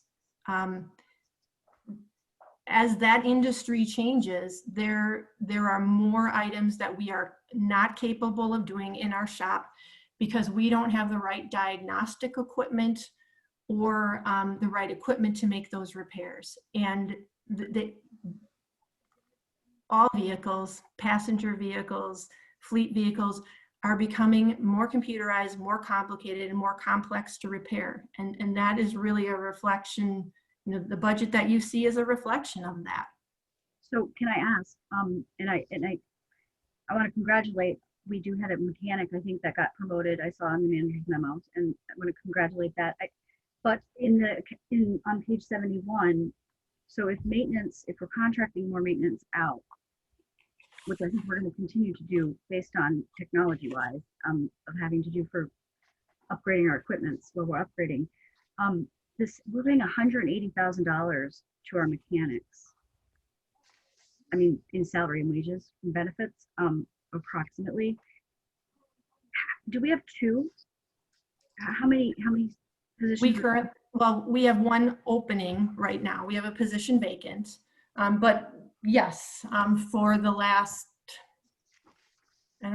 15, 20 years, we have had two mechanics. Right. And so my question is, and I because there's only two, I hate talking about positions, but why do we have to have a chief mechanic over, why don't we just have two mechanics? Why do we have? Because someone has to set the work logs and set the daily work tasks. Someone ultimately has to be responsible and accountable for the work that's done. And typically it works much better when you can identify who that person is and they're at a different responsibility level. I totally agree. I understand that. But we have two. And so I want to keep this in mind. I just want to bring this to the board's attention that this line has continually gone up for salary and wages as we've contracted more work out, and vehicle maintenance has not gone down. So, and we're getting a lot, we've paid millions and millions in DPW equipment in recent years. So all of that comes into play when we have those conversations, and the numbers never reflect what our conversations are. So so I would like to put that half vacancy. I don't know if that's what you're using for your vacancy factor, but the mechanic position, if we can contract more work out, I'd like to have a conversation about that. If you want to put that on the list, one mechanic position on the list. It's vacant now, correct, Leanne? If it's half FTE. Is it vacant now, Leanne? It is currently vacant. We are advertising for the position. Okay, let's just put it on the list. Okay. Put 0.5 FTE mechanic. We don't have a number. Okay, I'm sorry, trustee. Can you wrap it up so I could get to the other trustees? Well, there's a big under general capital fund. Are we talking about that at a separate time? We're not at capital yet. Thank you. Trustee Ursink. Oh, I was unmuted that whole time. My question's not so relevant. I guess, there's probably a different place that we can talk about SALT alternatives, but, I'll scrap that question and we can talk about that some other time. Okay. Trustee Carpenter. I think we've had this conversation the last 2 budget cycles about SALT and about bare pavement. And that is something that I do feel is pretty important to residents. And so I have a really hard time living in the Midwest and living in Milwaukee and especially in a very walking focused community that we don't have our streets to bare pavement. The expectation is that it is the same for sidewalks. And so, and I know that this is sort of a similar, a related topic of SALT and bare pavement, but I do feel really strongly that that's just not a realistic expectation for residents to move away from. We living here, my personal thoughts are, we have winter and we know how to deal with winter, and it needs to be done quickly and efficiently. And so this thought that and sometimes it's even now happens where you drive into Shorewood and there's a different level of bare pavement than when you drive out of Shorewood. So I'm not really interested in having that conversation. I'm open to other methods, but I think we have to continue to have that bare pavement expectation. We live in the Midwest and winter is very real, so. Okay, Trustee Warren? Yeah, I'm not going to beat a dead horse here because it's already past 9, but yeah, I think I made the point last budget cycle that I just think at the very least, the 2 standards need to align. And if we're not willing to move away from bare pavement on the sidewalks as a walkable community, I don't think we can do it on the roads, but again, that's probably a conversation for another day. So I won't belabor the point. I guess the question is if there is a decision we want to make on SALT and pavement, or the amount of time that DPW takes to clear the roads. If we do need to look for a service level reduction in order to cut costs, which I think we have a couple $100,000, I'm guessing, that we need to cut here. That may be one of the service levels we need to talk about. And it kind of reminds me of the grass in the summer. Or do we continue with the turf management because it's looks better, or do we can it and just let there be a lot of dandelions and stuff? It's a similar sort of thing. So I don't know what the board thinks. Should we? Because we talk about this at budget, but we never seem to talk about it in between. I'm not sure if we'd even have time to implement it in the budget if we made a decision on it. Can you advise, Rebecca? Are you talking about turf management or are you talking about SALT? SALT. Yeah. SALT, Leanne, I would need to defer to you. We haven't had significant conversations about SALT. I hear you when you say that you don't want to have the conversations during budget. We'd prefer not to as well. Yeah, I would just say this, the quickest and easiest and most direct way to reduce salt usage is to increase your use of brine. We do have one truck to brine. Typically now we brine prior to a forecasted storm event. We do mains and arterials. If we were to cover, or the desire from the board was to cover the entire village prior to a forecasted storm event, we probably would be looking at some additional equipment requests. Because that is a specialized piece of equipment. You need a tank, you need a hydraulic system, you need the ability to spread that appropriately. We have one truck that does that now. Like I said, so I think if we want to do this thoughtfully, it's a longer discussion than we can probably have prior to the implementation of the 2021 budget. Is that going to be addressed? I apologize for jumping in, but I do believe, I remember Trustee Menta saying that one thing had to come before the other in our study of the organizational analysis of DPW. I don't remember if it was equipment or staff. I can't remember which one came first, but will that be addressed in that study to say, I mean, because snow removal is what we staff up for all year. That's, and I remember every budget season we talk about that. And so I've always said how much, if we wanted to contract that out or partner with Milwaukee and have them do our half mile in. But it never goes anywhere when I talk about that. And so I'm just wondering when we talk about that and yeah, is it going to come out in the result? I mean, are we going to talk about it when we get the results of the organizational study? It's a huge change and it would change the whole organizational structure, but that's what I mean, really everything relies on snow removal. And so, I mean, the whole organization is built, from my understanding, for snow emergencies. So is that going to be addressed? Do you know, Rebecca or Leanne? Are you saying the consultant study, the recommendation of the consultant that we first examine services and service levels, and from that determine equipment, blah, blah, blah?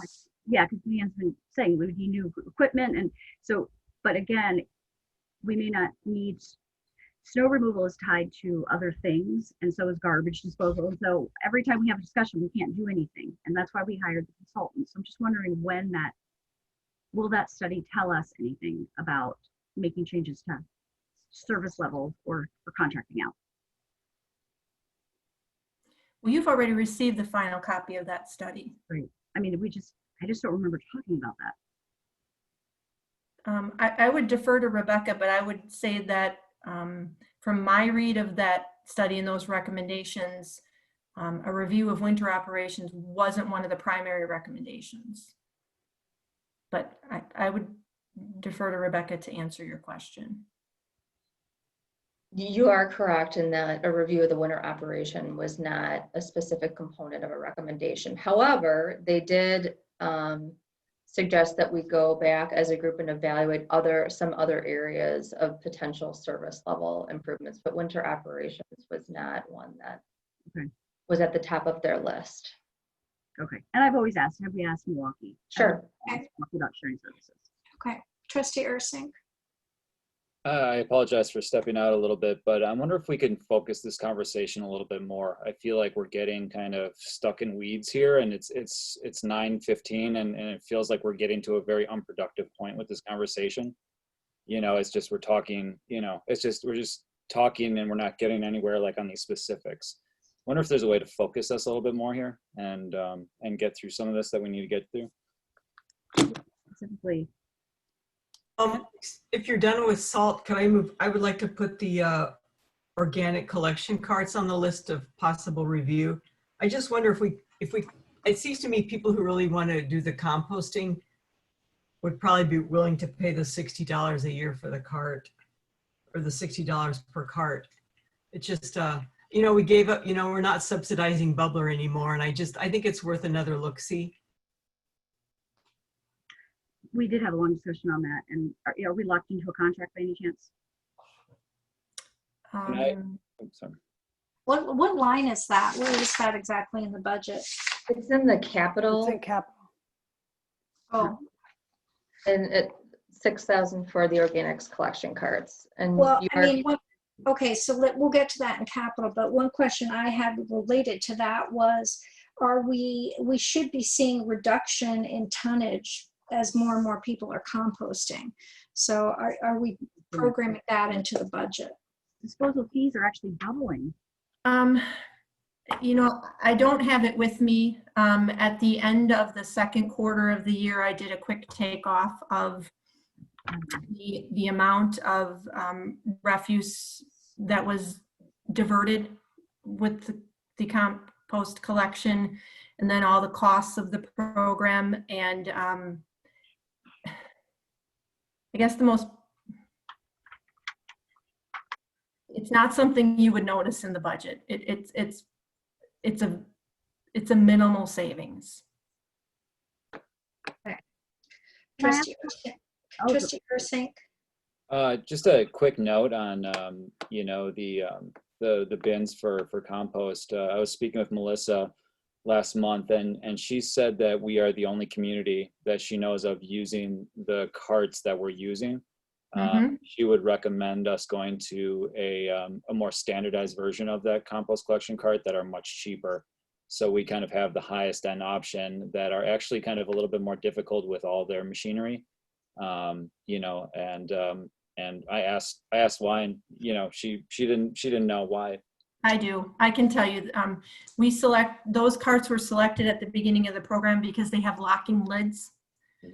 We have significant issues with rodents in the refuse carts. We repair and replace, you know, a handful of carts every month due to rodents getting into the cart and chewing holes through the cart. All of mine have holes straight through. So, but yeah. the thing, yep. So, you know, compost tends to be a material that is a lot more liquid in can end up being more liquid in nature, and it's more attractive. And so, at the time this program was implemented, the thought was a cart with a locking lid would help us with the rodent issue. And then you know, I wonder if yeah, okay, I'll leave it there. I don't want to get too much into it, but All right, Allison. Just one other question about supplies for recycling. We had our actual in 19 was 4,000, and our actual in projected 2020 is 7,000. Just wondering why it doubled for recycling. The refuse doesn't seem to have changed, but the recycling has. Oh, I'm sorry, page 73, under refuse and recycling, the last item. Supplies recycling? Yeah. What it's 7,000 and it's staying, what are you saying? It's staying 7,000. Oh, I know, it just doubled from 20, it's projected to double from last year, from 19. So the actuals are projected as double. I'm just wondering, did we buy more carts?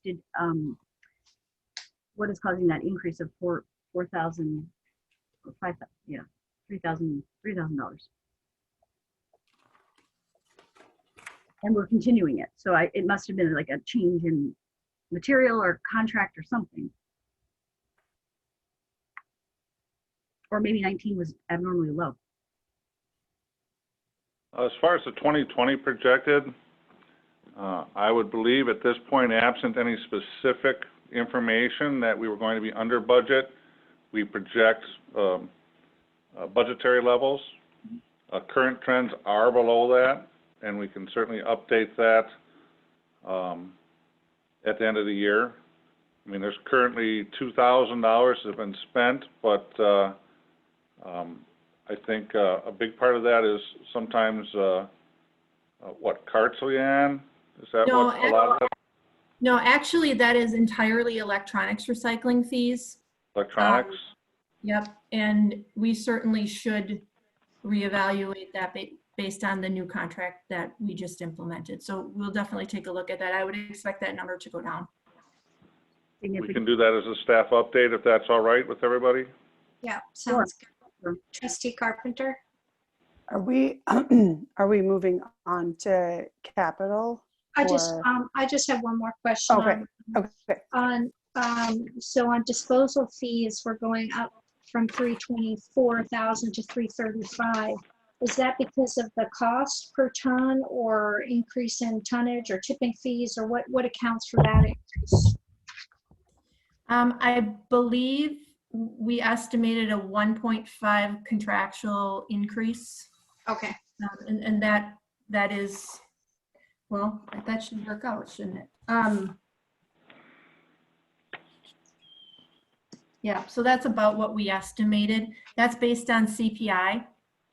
So the CPI. Well, it's in the contract. It's in the contract, yep. Okay, any other operating on Public Works? I had just one last one. Forestry, the salaries are increasing by 8%. And it's more, that's a larger number, and I'm just wondering why.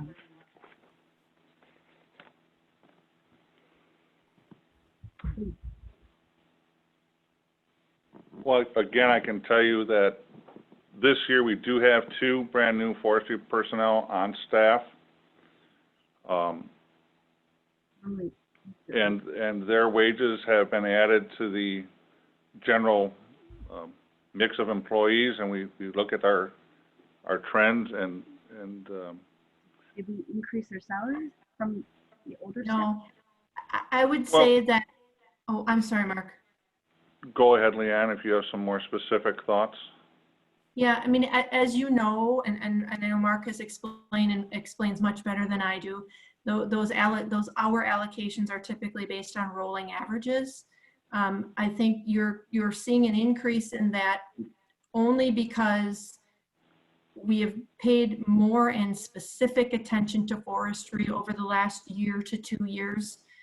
We've made concentrated efforts not to pull foresters out to cover garbage routes or to help with street lights or to help with water main breaks. We've tried very hard to keep them in forestry applications. So you're seeing an increase of hours billed to forestry, not necessarily an increase of hours across the board. Okay, because in 18, we had a lot more hours billed to forestry. It was 163,000 wages, and then it went down by 20,000. And now we're going back up. And I just was wondering why in those 3 years. It's simply how the finite number of hours are allocated across the different divisions. I think it's in the allocation of hours, not in salaries necessarily. Correct. I want to move to capital. It's 9:26 and I want to end at 10. So I do think we have to move to capital now. So we're on page 109. Let's just go down. Fuel tank painting. Okay, I don't get that. It's like, oh, sorry, Jessica. No, that was my question. Like, I would be happy to explain that. Every year we are inspected by the State Bureau of Weights and Measures. And our last 2 reports, we were cited and written up because of the rusting fuel tanks. They look at that as the precursor to leaks. So we've been cited. It's something that has to be done. So painting stops them from rusting. Yep. Okay. Any other questions? Okay. Kathy brought up organics collection cards. We put that on the list already. Okay. Can you just talk about the tractors for 1 second? The what? Yeah, question. Tractor. There's 2 tractors. We haven't gotten there yet. Okay, compactor, 120,000. Sure. Is that something we can postpone? It's a grant, right? You can. I would recommend that you do not. That is vital to our collections operations. If that goes down, we will be unable to collect yard waste. But is it a full grant? It's under assessment and grants. 120. It's shared by Whitefish 50% of Bay. that is Whitefish Bay's contribution, and the other 50% is from the other revenues category that's programmed into the budget. That's not a grant. It's a programming of one-time revenues from the school district's building permits applicable to 2021. That's being applied into the capital budget to help keep the tax levy down. But that's, I don't understand that. That's fungible with, that would fall to the bottom line general fund. I mean, that's levy. That's levy. I also have a question because that item, the compactor and that Volvo loader number 96, both are shared by Whitefish Bay. Have we communicated with them? Are they Yes. prepared to, and do they Yes. feel the need for the other half Yes. contribution? Yes to all.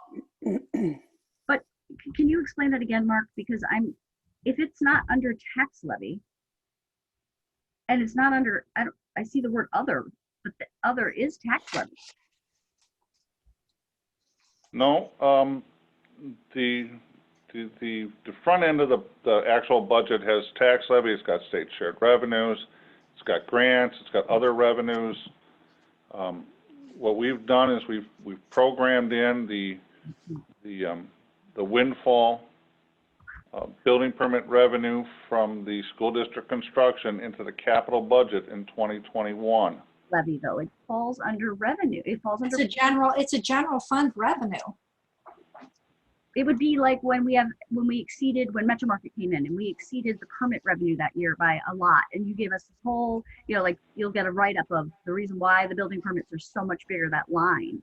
That we should have the same write-up right now. The school district has given us this much money. It's over what we projected. And we're going to use it for capital expenditures. Did we get that briefing? Well, we've had a number of discussions about how to budget for windfall revenue, and the primary purpose of that is to not budget it for ongoing operational expenses. I think that you're right. I understand. I think where you're getting at that is, if we didn't budget for it here, it would add to fund balance in a general fund. It's levy. Well, it's not really levy. It's not, it's not property tax, but it is a general fund revenue. It also levy, it's revenue, and you've just decided for us. It's not that different from the 500,000 from the sale of it's like, so. I was mad about that too. I just wanted to know what, we've already spent 100. Right, I want to see it. I want to see it more explicitly, but that's a quibble with how he's accounting for it.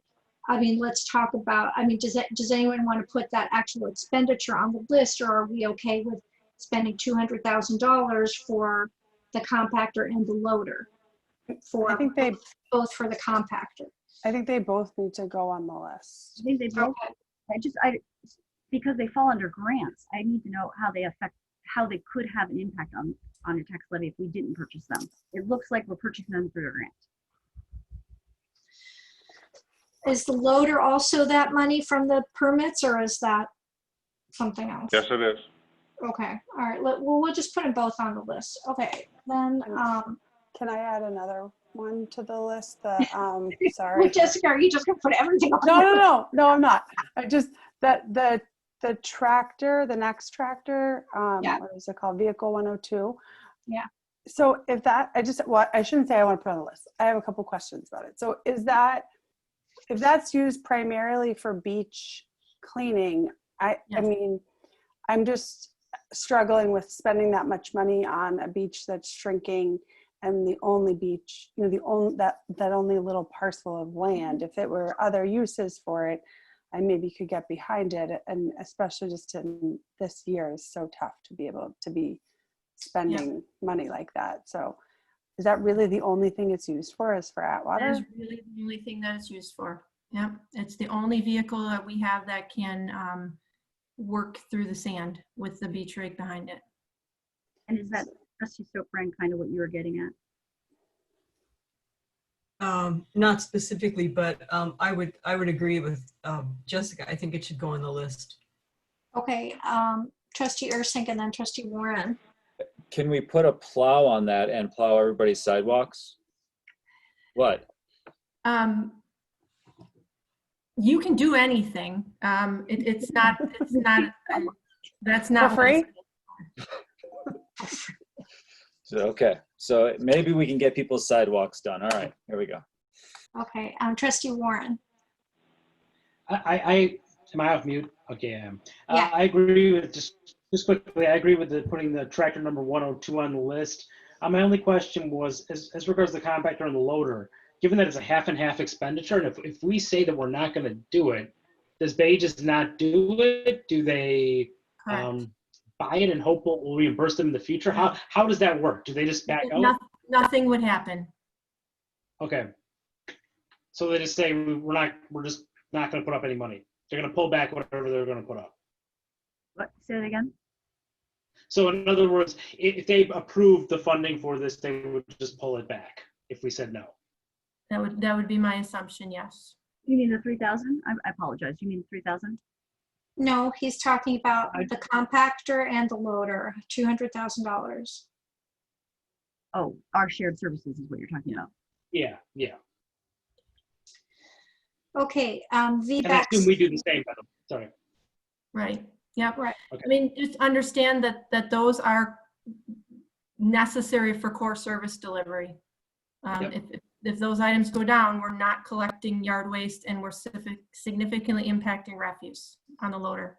The compactor, so when you said it's just for yard waste, so we have two, right? We have one for bulky items and one just for yard waste. One for refuse and one for yard waste. Yep. And this one Not bulky items. Our daily curbside refuse collection goes into our refuse compactor. Okay, so this is the one that's for exclusively for yard waste. Correct.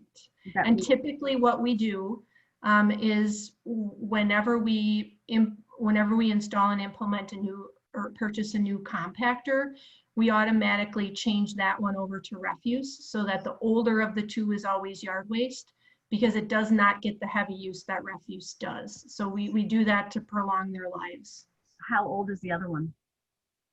The refuse compactor, you approved purchase of, I believe, in 2018. So putting this one as the new refuse that we just purchased and using the 2018 or 19 as the garden makes sense.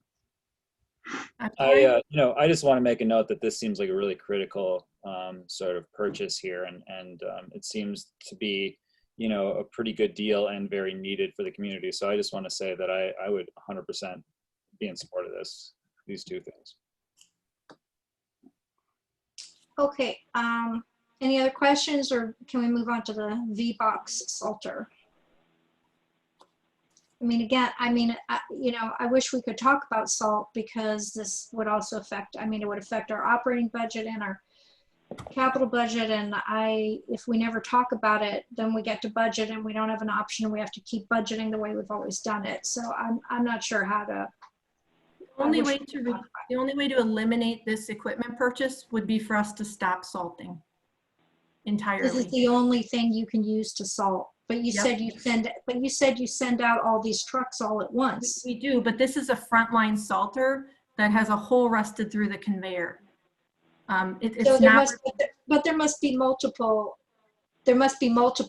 salters if you're sending out 6 trucks at one time to salt. There are, but this is a replacement for one of the frontline, which tend to be larger and have more hydraulics on the larger trucks. So there's 4 of them in total? We have a total of 4 salters, yes. And you use all 4 at one time during a snow emergency? During a large snow event, we do, yes. So can they all be converted to spray for brine, or no? No, that's not, no. I'm sorry, I almost spoke. We have 3 salters. And no, a salter cannot be converted for brine application. It says 4 in the budget. We might want to change that. So we have 3.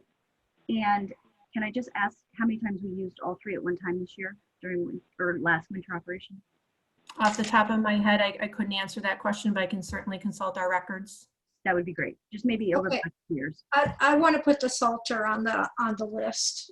So I think At this point, we have everything in here on the list, I believe. Okay, I don't think do we have painting on the list? 'Cause I think that seems like a we pretty. didn't put painting on, but Okay, you're right. I would say Okay. let's not put that one on just for fun. Okay, All right, we'll go with you. okay, let's move down to vehicles unless somebody else.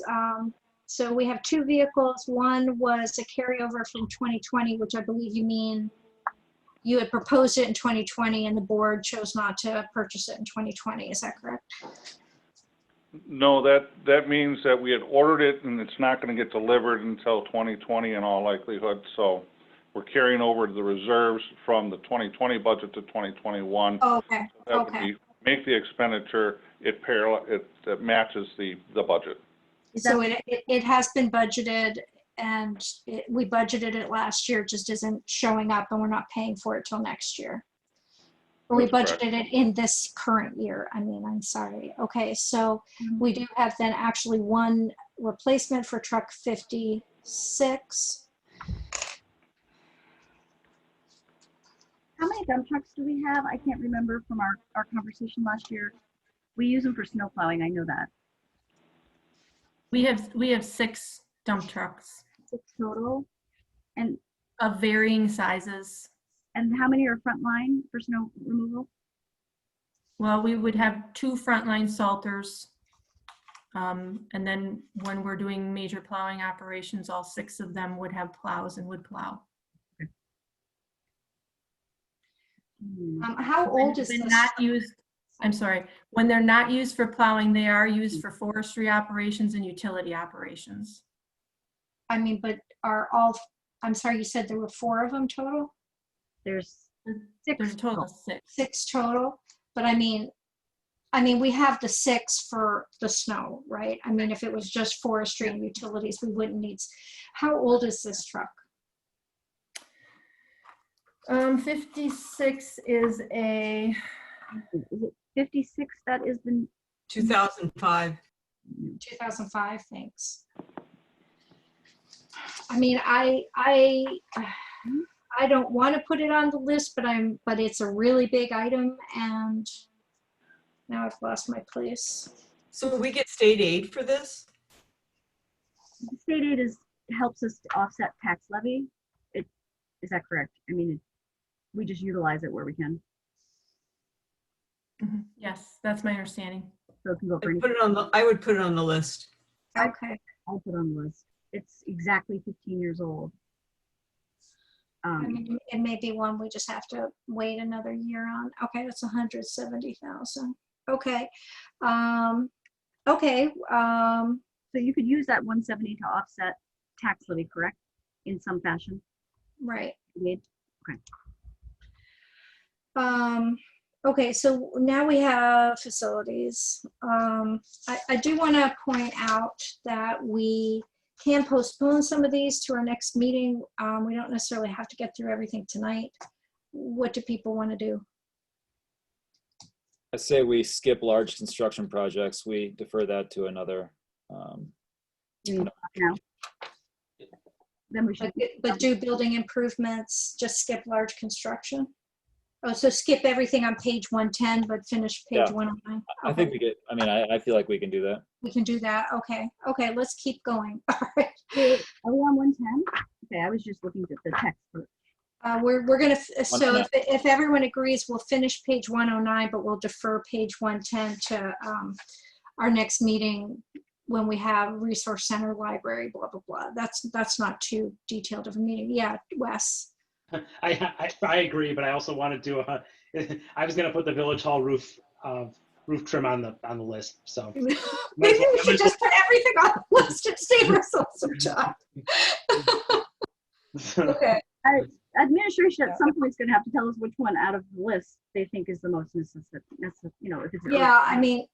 Again, they're rated on the sheet there by priority level. That's what those red numbers are. I understand. Yes. If that's of any assistance to the group. So all the ones are the highest priority must do you guys need. Based on our rating system, that I don't. Yeah. Okay, Village Hall roof trim is on the list. Roof repair for the DPW main building. we have masonry tuck pointing, which is also at the yard, correct? And the retaining wall. I guess my question about the roof repair is, again, my takeaway from the consultant study was we need to look at our assets, what we need to maintain them, look at our services, and that we can then make decisions about staffing and about the yard in particular. I mean, I was hoping the consultant study would help give us some direction on what our options are for the yard and where we're going to go with that, because I'm not sure. I mean, there was quite a lot of criticism in that study about the yard and how it operates. But I guess even if we look for an alternate site for the yard, you know, we still own this building and we'd still have to repair the roof. So any other comments on the roof repair? I would, well, I'm sorry. I have a retaining wall comment. I was gonna say, I agree. I mean, it sounded as there are raccoons getting into the roof. I mean, it seems like a pretty immediate problem. Yes, if I could just tell you a very quick story. We had one of our senior utility guys open his locker on Tuesday morning, and the locker was full of water, and it was from the roof repair. Opened the locker and a cascade of water came in and completely drenched him, and he was unable to change clothes because all of his clothes in the locker were also completely drenched from the hole above the locker room, which is what Is there a way to spot repair it and not have to replace the entire flat roof? Well, this is not a replacement. This is a long-term repair. We have them temporarily patched. With tar? Is it a flat roof with tar? Is that the patch? This section maybe, yes. It just failed? We have a rodent issue, and raccoons tend to like the taste of the tar that you use on flat roofs. I apologize. My question was, we've been repairing it, and this is a long-term repair. So is this different than tar? Is this something, what's the long-term repair that's costing so much? If it's not, I don't know that I can answer that question precisely. We've been using home improvement type products to do temporary patches on the roof. It needs a professional large area repair. Oh, like is this an estimate from a roofer, or where does this number come from? Yeah, it is. An estimate from a roofer, okay. Do we want to put that on the list or no? No. No. Okay. Wow, one thing not on the list. Okay. Masonry tuck pointing, year 1 of 4. I don't know. I didn't read about that. Okay. Anybody? Okay. Retaining wall. We talk about this every year. I do have a question about the retaining wall. So every year we talk about it, and every year it has more to do than just the retaining wall. If you do the retaining wall, then there's more expenses. We can just fix the retaining wall? Every year for some reason we haven't, and I thought it was tied to something else. It was utility relocation. Yeah. Where does that show up? Or did that go away?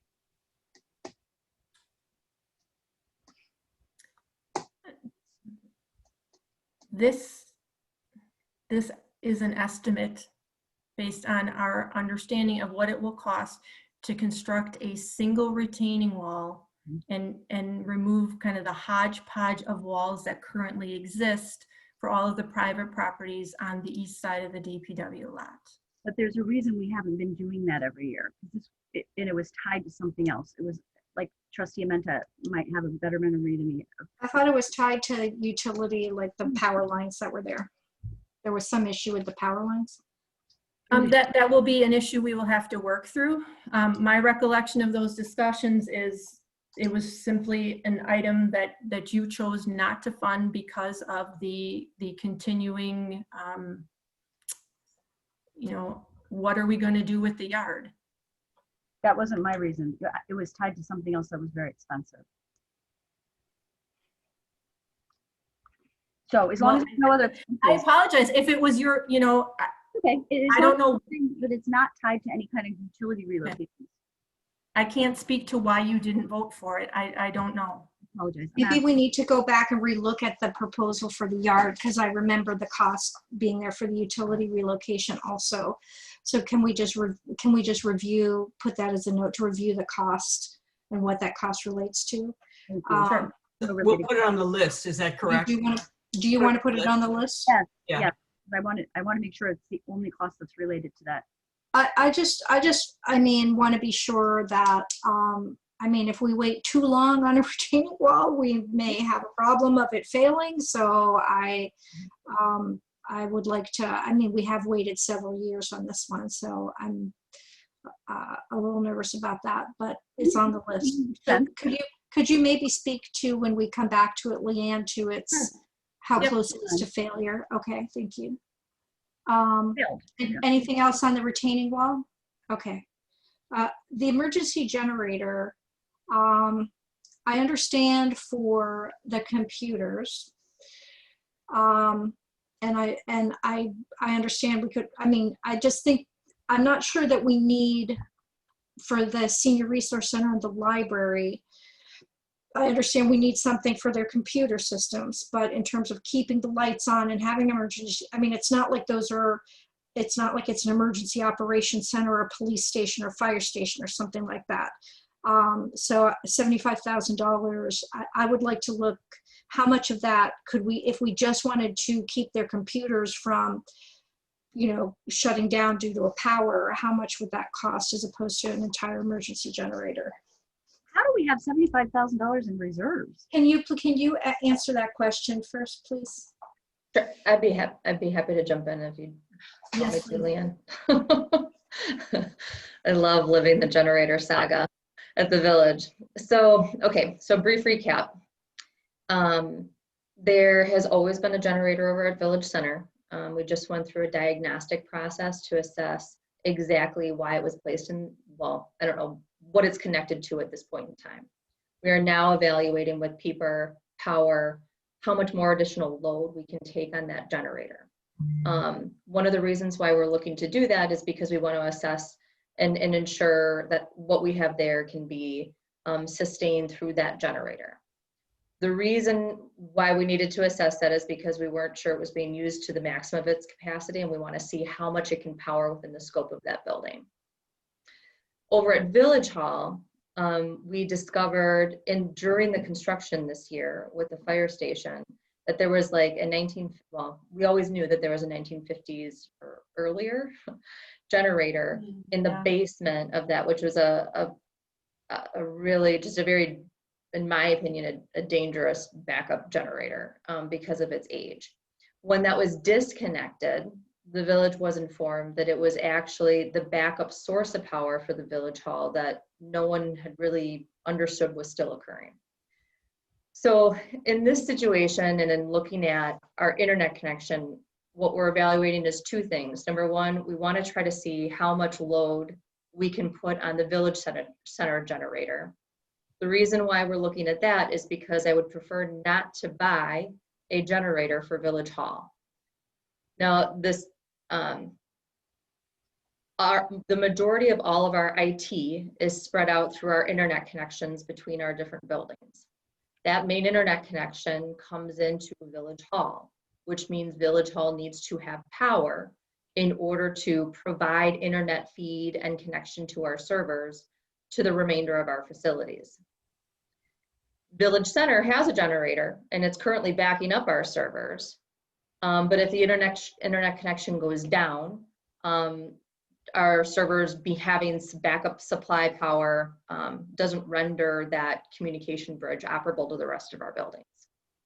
So the concept that we're working through right now is trying to see if we can, if that generator at Village Center has additional load capability, so that potentially we could fish a backup wire from Village Hall through the cords that now feed into Village Center so that we can connect to backup power. And that's where we're at this point in time. And what is the $75,000 for? That's for a generator here at Village Hall that we'd like You're to. saying we don't need that. We don't need it if we can have load capability through the Village Center generator to provide us and feed a power connection to us to back up our internet connection. Okay, that's confusing because it's budgeted under Village Center. So that's confused. It should be under Village Hall then. And if so, my apologies, because we've gone back between Village Center and Village Hall a number of times. So I'm confused about what we need to budget here. Like why so we're budgeting a new generator for Village Hall, but you're hoping not to have to buy that. And what's the cost of the other option of digging or, going across into Village Center? We have a conduit right now, of which we pulled wire to provide a phone connection to in this last year. So if we can use that generator at Village Center, then we're looking at just work with the power company to see what type of grounding and wire setup we would need to connect those two facilities.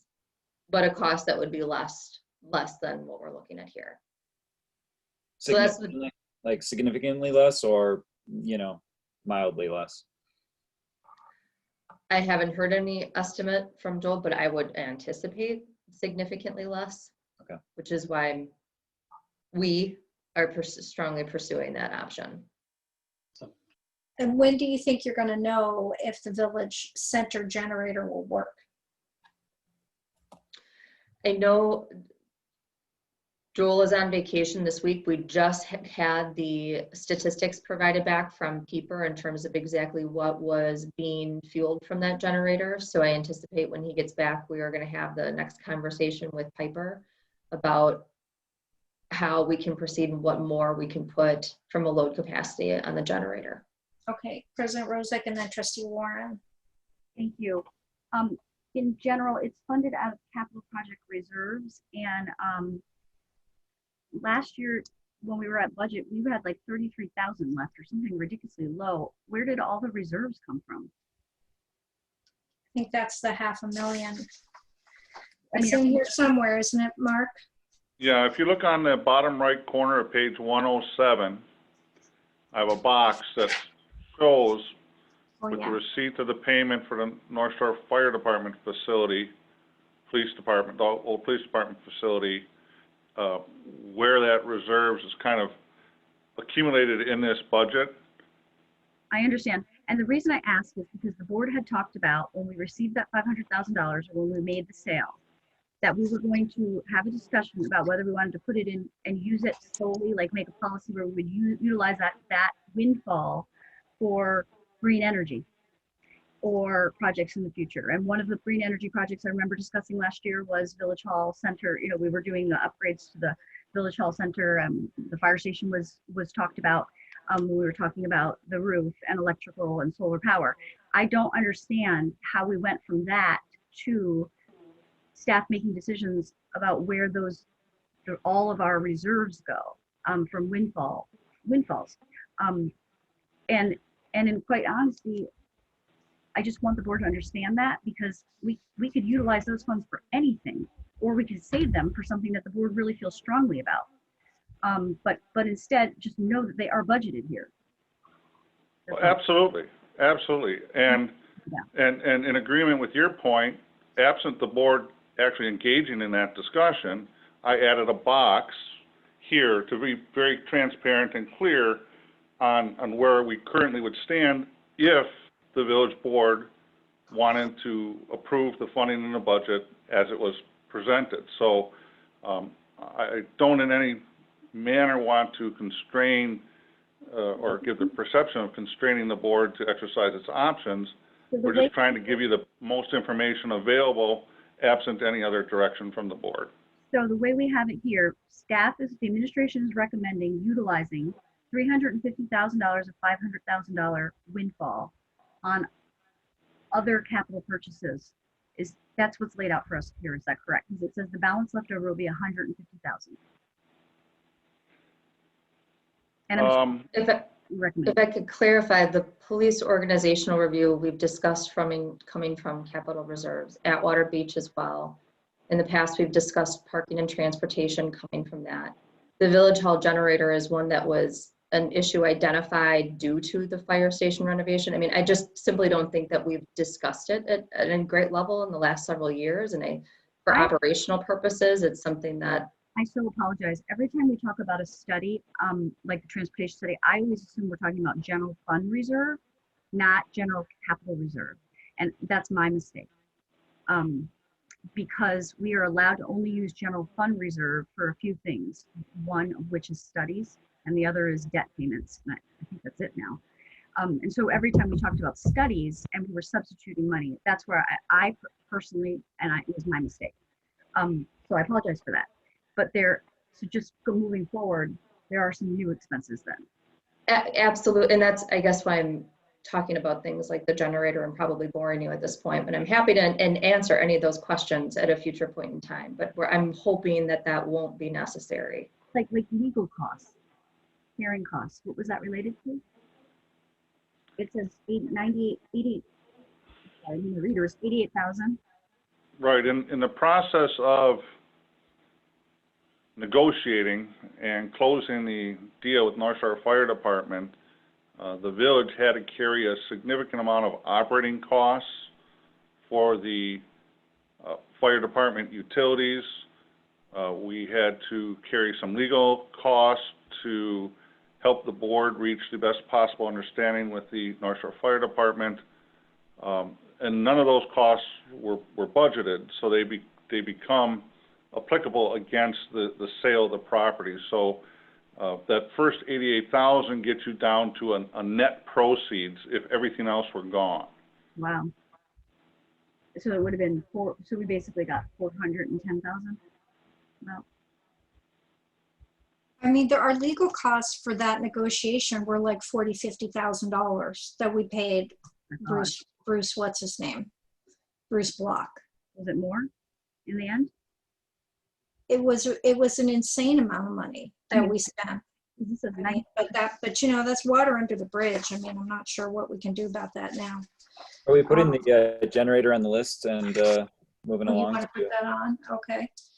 I mean, it just seems, I'm a little confused about, I guess we will have an update by the time we discuss this again of whether it's needed or not, or what the number is to connect Village Hall to Village Center's generator. Okay. Streetlight control boxes.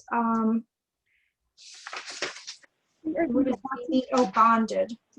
I have a question about that. Maybe it came from the 2019 report. I apologize because they're from the same agenda packet. But it talks about we're postponing it because of LED lighting. And can you refresh my memory because we've had this discussion many times and I just don't remember that part. Sure, we were doing some analysis to make sure that the boxes that we were speccing were compatible with a future LED upgrade. And we're satisfied that they will be compatible with some minor adjustments. But isn't the memo from, maybe it's from 2020, but it says there's a big cost to that. Hold on. Somebody else can go in on. I think you're thinking about the rewiring for the LED lights. The street control boxes has been deferred pending evaluation of impact on LED lighting would have, or equipment needs, 100,000. So that 100,000 has gone away because it's compatible. I don't recall a specific reference to $100,000, but as I said, we've completed that evaluation. We're satisfied that the boxes that we are replacing would be compatible with a future LED upgrade. Okay, I think that she answered your question. Okay, Capitol Drive street marking, we talked about this last year. I like to put those on the list. Did you say you want to put the street light box on the list? Yeah, if we can't talk about it tonight, we can talk about it then. Thank you. Okay, Capitol Drive markings.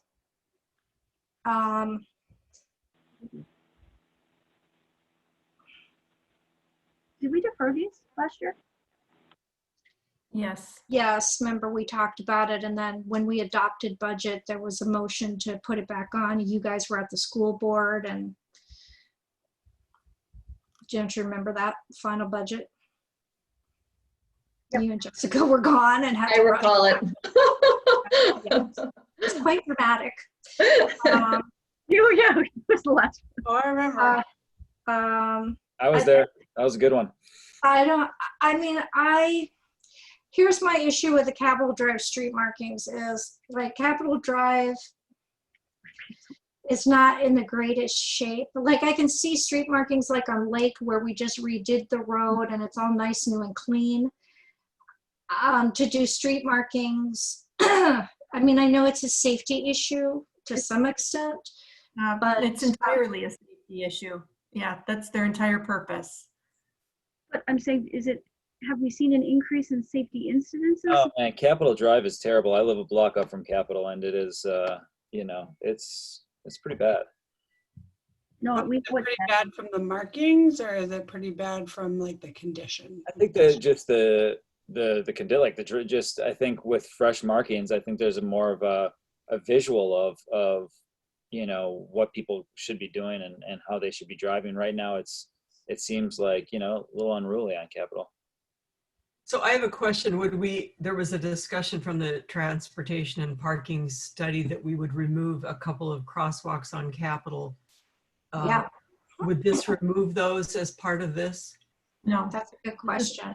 This is only for marking. So you may notice that the markings on Capitol Drive look different than they do in other parts of the village. That WISDOT program used a thermoplastic tape. And that tape is flaking off and peeling off, and it's in very bad condition. And what we need to do is grind the remainder of that tape off and then put down painted markings like we have in most other locations. This is only marking. This is has nothing to do with pavement.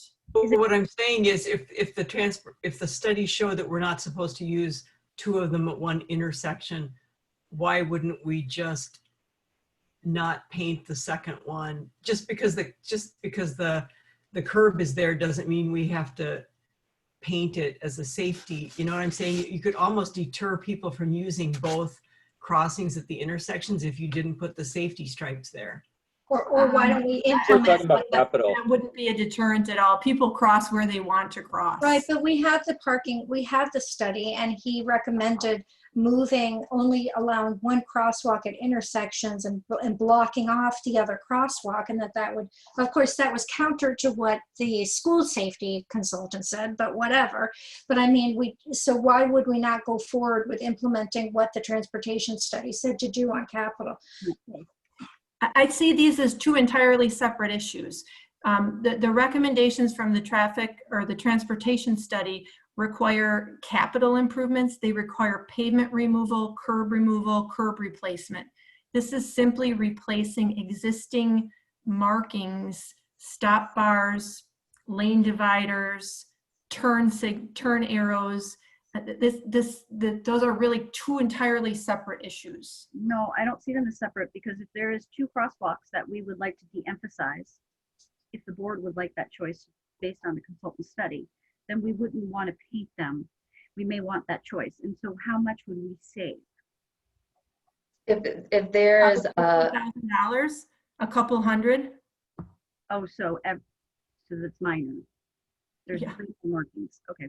Yes, Rebecca, or go ahead. Oh, that was, I was just gonna say, you know, we'd be happy to, because I apologize, I am not recalling which specific, I'm thinking about Oakland too much, I guess, when I think about the study, but we'd be happy to take a look at the study to see what, if any, recommendations were made to crosswalks on Capitol, and then, you know, see if there's something up. From my previous conversations with Joel, if I were to channel him right now, his largest concern with the markings has and will be how they impact vehicle safety, because you can't see them on the road. So there are markings associated with crosswalks, and we could definitely take a look at that, because we should, right? If it was a recommendation, we should evaluate that. But if the majority of these I would say the bulk of the expense, and correct me if I'm wrong, No, are really that's how to accurate. direct a vehicle on the roadway. And that's why for him it was important to have this conversation with you last year, and it's coming back to you this year. But when you say it's about safety, I assumed you meant it was pedestrians crossing the road. That's Right, how so I that's started the off point I was crosswalks. trying to make. That's the only point of clarification I was trying to provide. I have I to was say, not I mean, trying to be argumentative. I drive on Capitol quite frequently, so I'm very familiar with it, but I've never had the experience of not being able to tell what lane I'm supposed to be in or not being able to see an arrow. Maybe if I never drove, it would be more confusing, but I'll look more carefully next time I drive. I don't particularly see it as that bad. Trustee Carpenter. My other kind of concern with this one, and something that I wanted to put on the list, was that the replacement markings will just be an epoxy paint. It will not be the reflective tape that was originally put down, correct? Correct. Typically that tape goes into an asphalt pavement. This is concrete. So, you know, I mean, to me, it's like we're going to spend all of this money to put down something that's not reflective on a street. It's reflective. It is reflective. It's really a different type of reflective material. You know, I mean, sooner or later, this is going to have to be done. You know, this is the same type of markings that we do on most other streets in the village on an annual basis. And, you know, we often hear from people about, oh, you know, the stop bar you can't see, you know, often we hear it about crosswalks, but this is the exact same type of thing. And it's something we do everywhere else, and we freshen up for safety reasons on an annual basis. Eventually, this is going to need to be done. Different? Why is this different? Why isn't it just part of that annual? Why did we pull it out? Because as I mentioned, this is a thermoplastic tape. You can't paint over the top of it.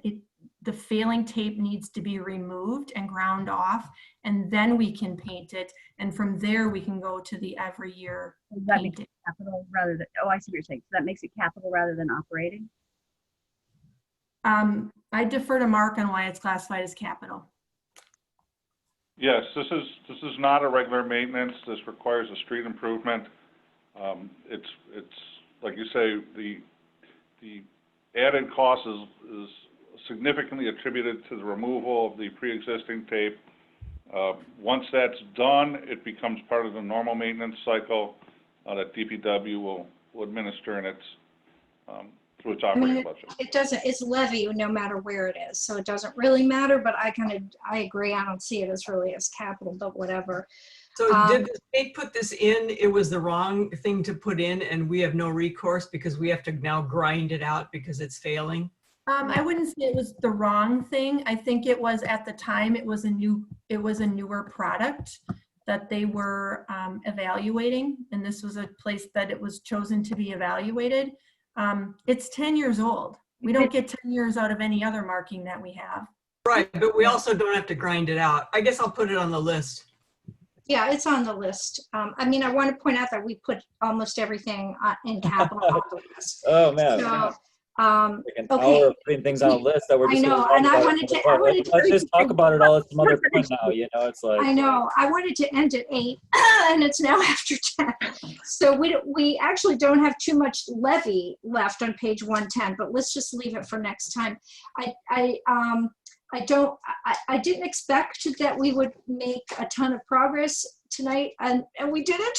We fulfilled my expectations, but I guess I think it would help for us all to look at the page. Where is the page? Oh, it's page 11, where we're at, which shows us at a proposed 4.26%, an increase in levy of 492,209. I think it would, I would like if we all kind of went around, given that we've now talked about, you know, basically general fund and basically capital and everything's needed. I don't think we found too many things that are easy to take off the list. So did you want to say something, Trustee Carpenter? Yeah, and maybe we're gonna do this. This is still in Public Works, but are we gonna get to like River Club and the trash? I thought, well, we said we'd do that next time. Okay. Got it. Yeah, I mean, it's not a lot, but Yep, that's fine. Sorry, I didn't realize that was the. I would like to go around and just say, look, I mean, because I personally want to be below 1%.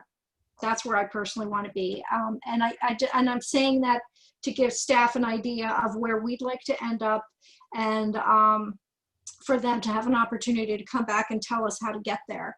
Anybody else? President Rozek? I've already stated, I agree with you 100%. It has to be under 1%.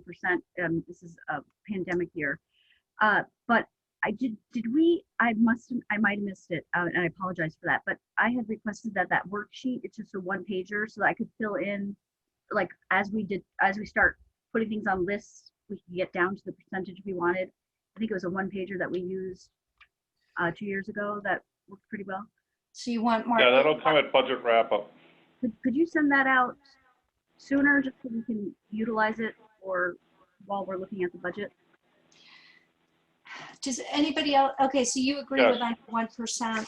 I mean, and I want to say too that, and I did ask Tyler for, you know, the costs that we spent this year during the pandemic year to ensure that no village employee missed a paycheck, and even those employees who some could work from home, but many could not.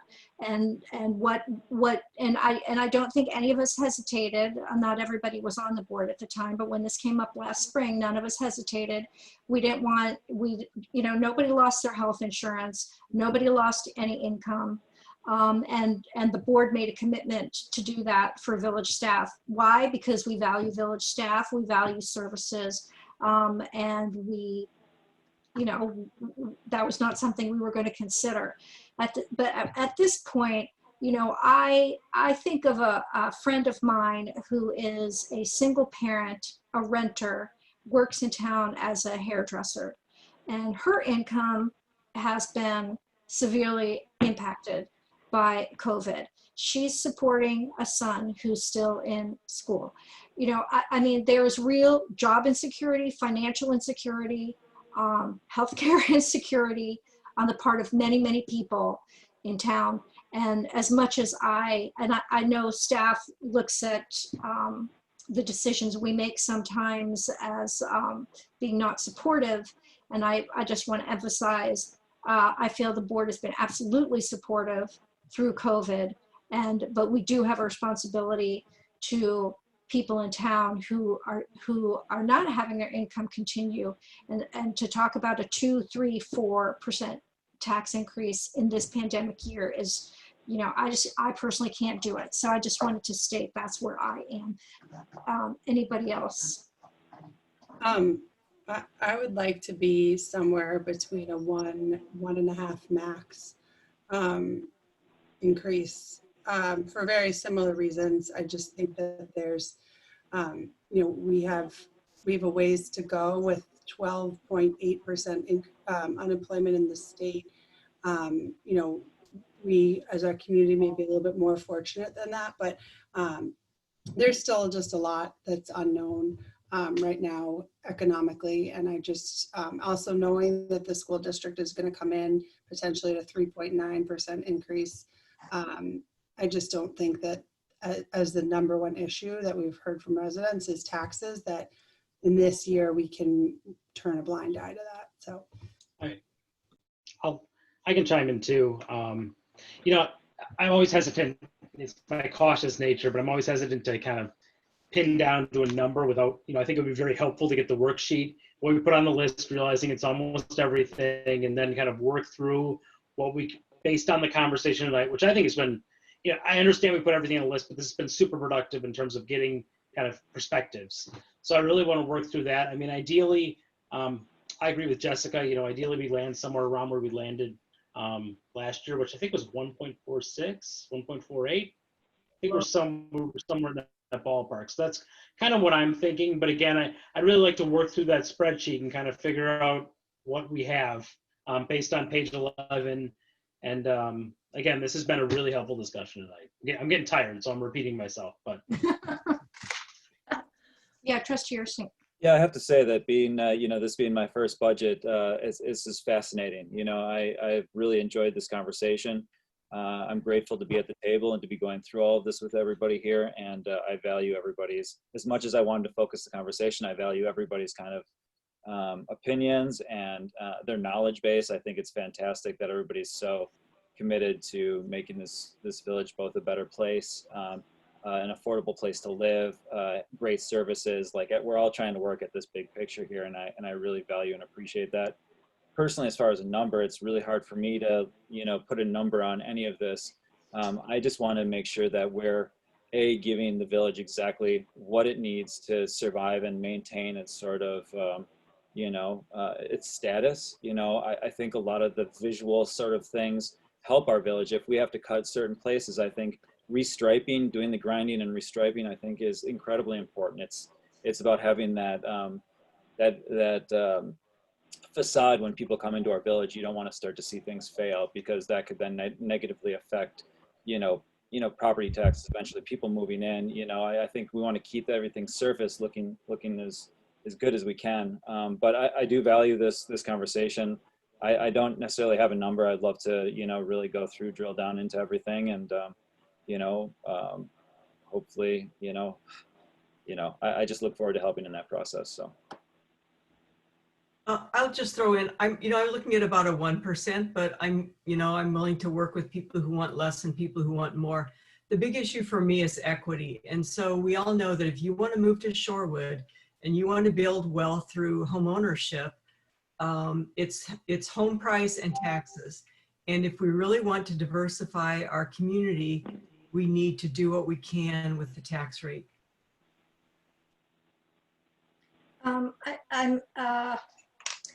I'm a little worried that we have so much, even if we go to 1.5%, that's from almost 500 to 175. So what's that, to 325,000, which actually I might not be that difficult to get to. If we have, Mark, could we spend some of the extra surplus? Or is that already in the budget? Like we did last year, we spent extra of the surplus on writing down the debt service. Well, I think we can certainly have that discussion again and review the current metrics. One of the supporting items we brought from the last meeting was that 10-year trend of budget to actual outcomes, and we've had a couple of real good years, what that means in the context of looking at what can we do with our fund balances is we haven't drawn on them as much as, when you start forecasting them out in a long range plan, you're a year and a half ahead of that cycle. So, but there are future consequences of doing that, because you cannot do that indefinitely. And I'd be happy to bring those materials back forward to you to contemplate in this year's budget cycle. But I mean, we're gonna, yeah, I'm not sure what our estimated unassigned fund balance is. Anyway, we can talk about fund balances. But we have on Monday, the 21st, that's just like an hour and a half, correct, Rebecca? And we have a regular meeting that date. Correct, prior to a regularly scheduled board meeting. Okay, and then October, so we may not have time. We have Shorewood today, then we may have some time, but not much, and then we're at wrap up. So I guess we don't have a choice. We're just going to have to work through all this at wrap up. It's a little more than I would have liked to have to do at wrap up, but unless we want to schedule another meeting in between to talk about this stuff in more depth, I think we'll just have to hammer it out. We're missing one trustee. Did we go around the table? Tammy's not on the call anymore. Oh, okay. I do have to get off the line too. I apologize. Okay, so I guess then we'll, unless somebody has an objection and wants to meet another time, I guess we will just figure we'll work through it on the 15th and hammer it out. Okay, and Mark will get us a list of some options and all these things written so we can try to figure out on our own how. I think it'd be good to come in on the 15th with everyone have their own plan for how they would get there. But my feeling is too, I'm not taking as much responsibility for it this year. I mean, I want to be at 1%, and I'm kind of saying to Mark and Rebecca, I would like some input from you on how to get to the 1.5%, 1%. I don't feel it should all be on the board to have to be the bad guy and make these choices. So I guess we could just go with only the ones in the capital plan and, you know, see they did prioritize that way. So maybe we can just use that prioritization. Okay. Anything else, or are we good? I'm good. Okay. Somebody move. I'll move to adjourn. Second. All in favor? Aye. All right. Good first meeting. Thank you, guys. Thanks, everyone. Good meeting.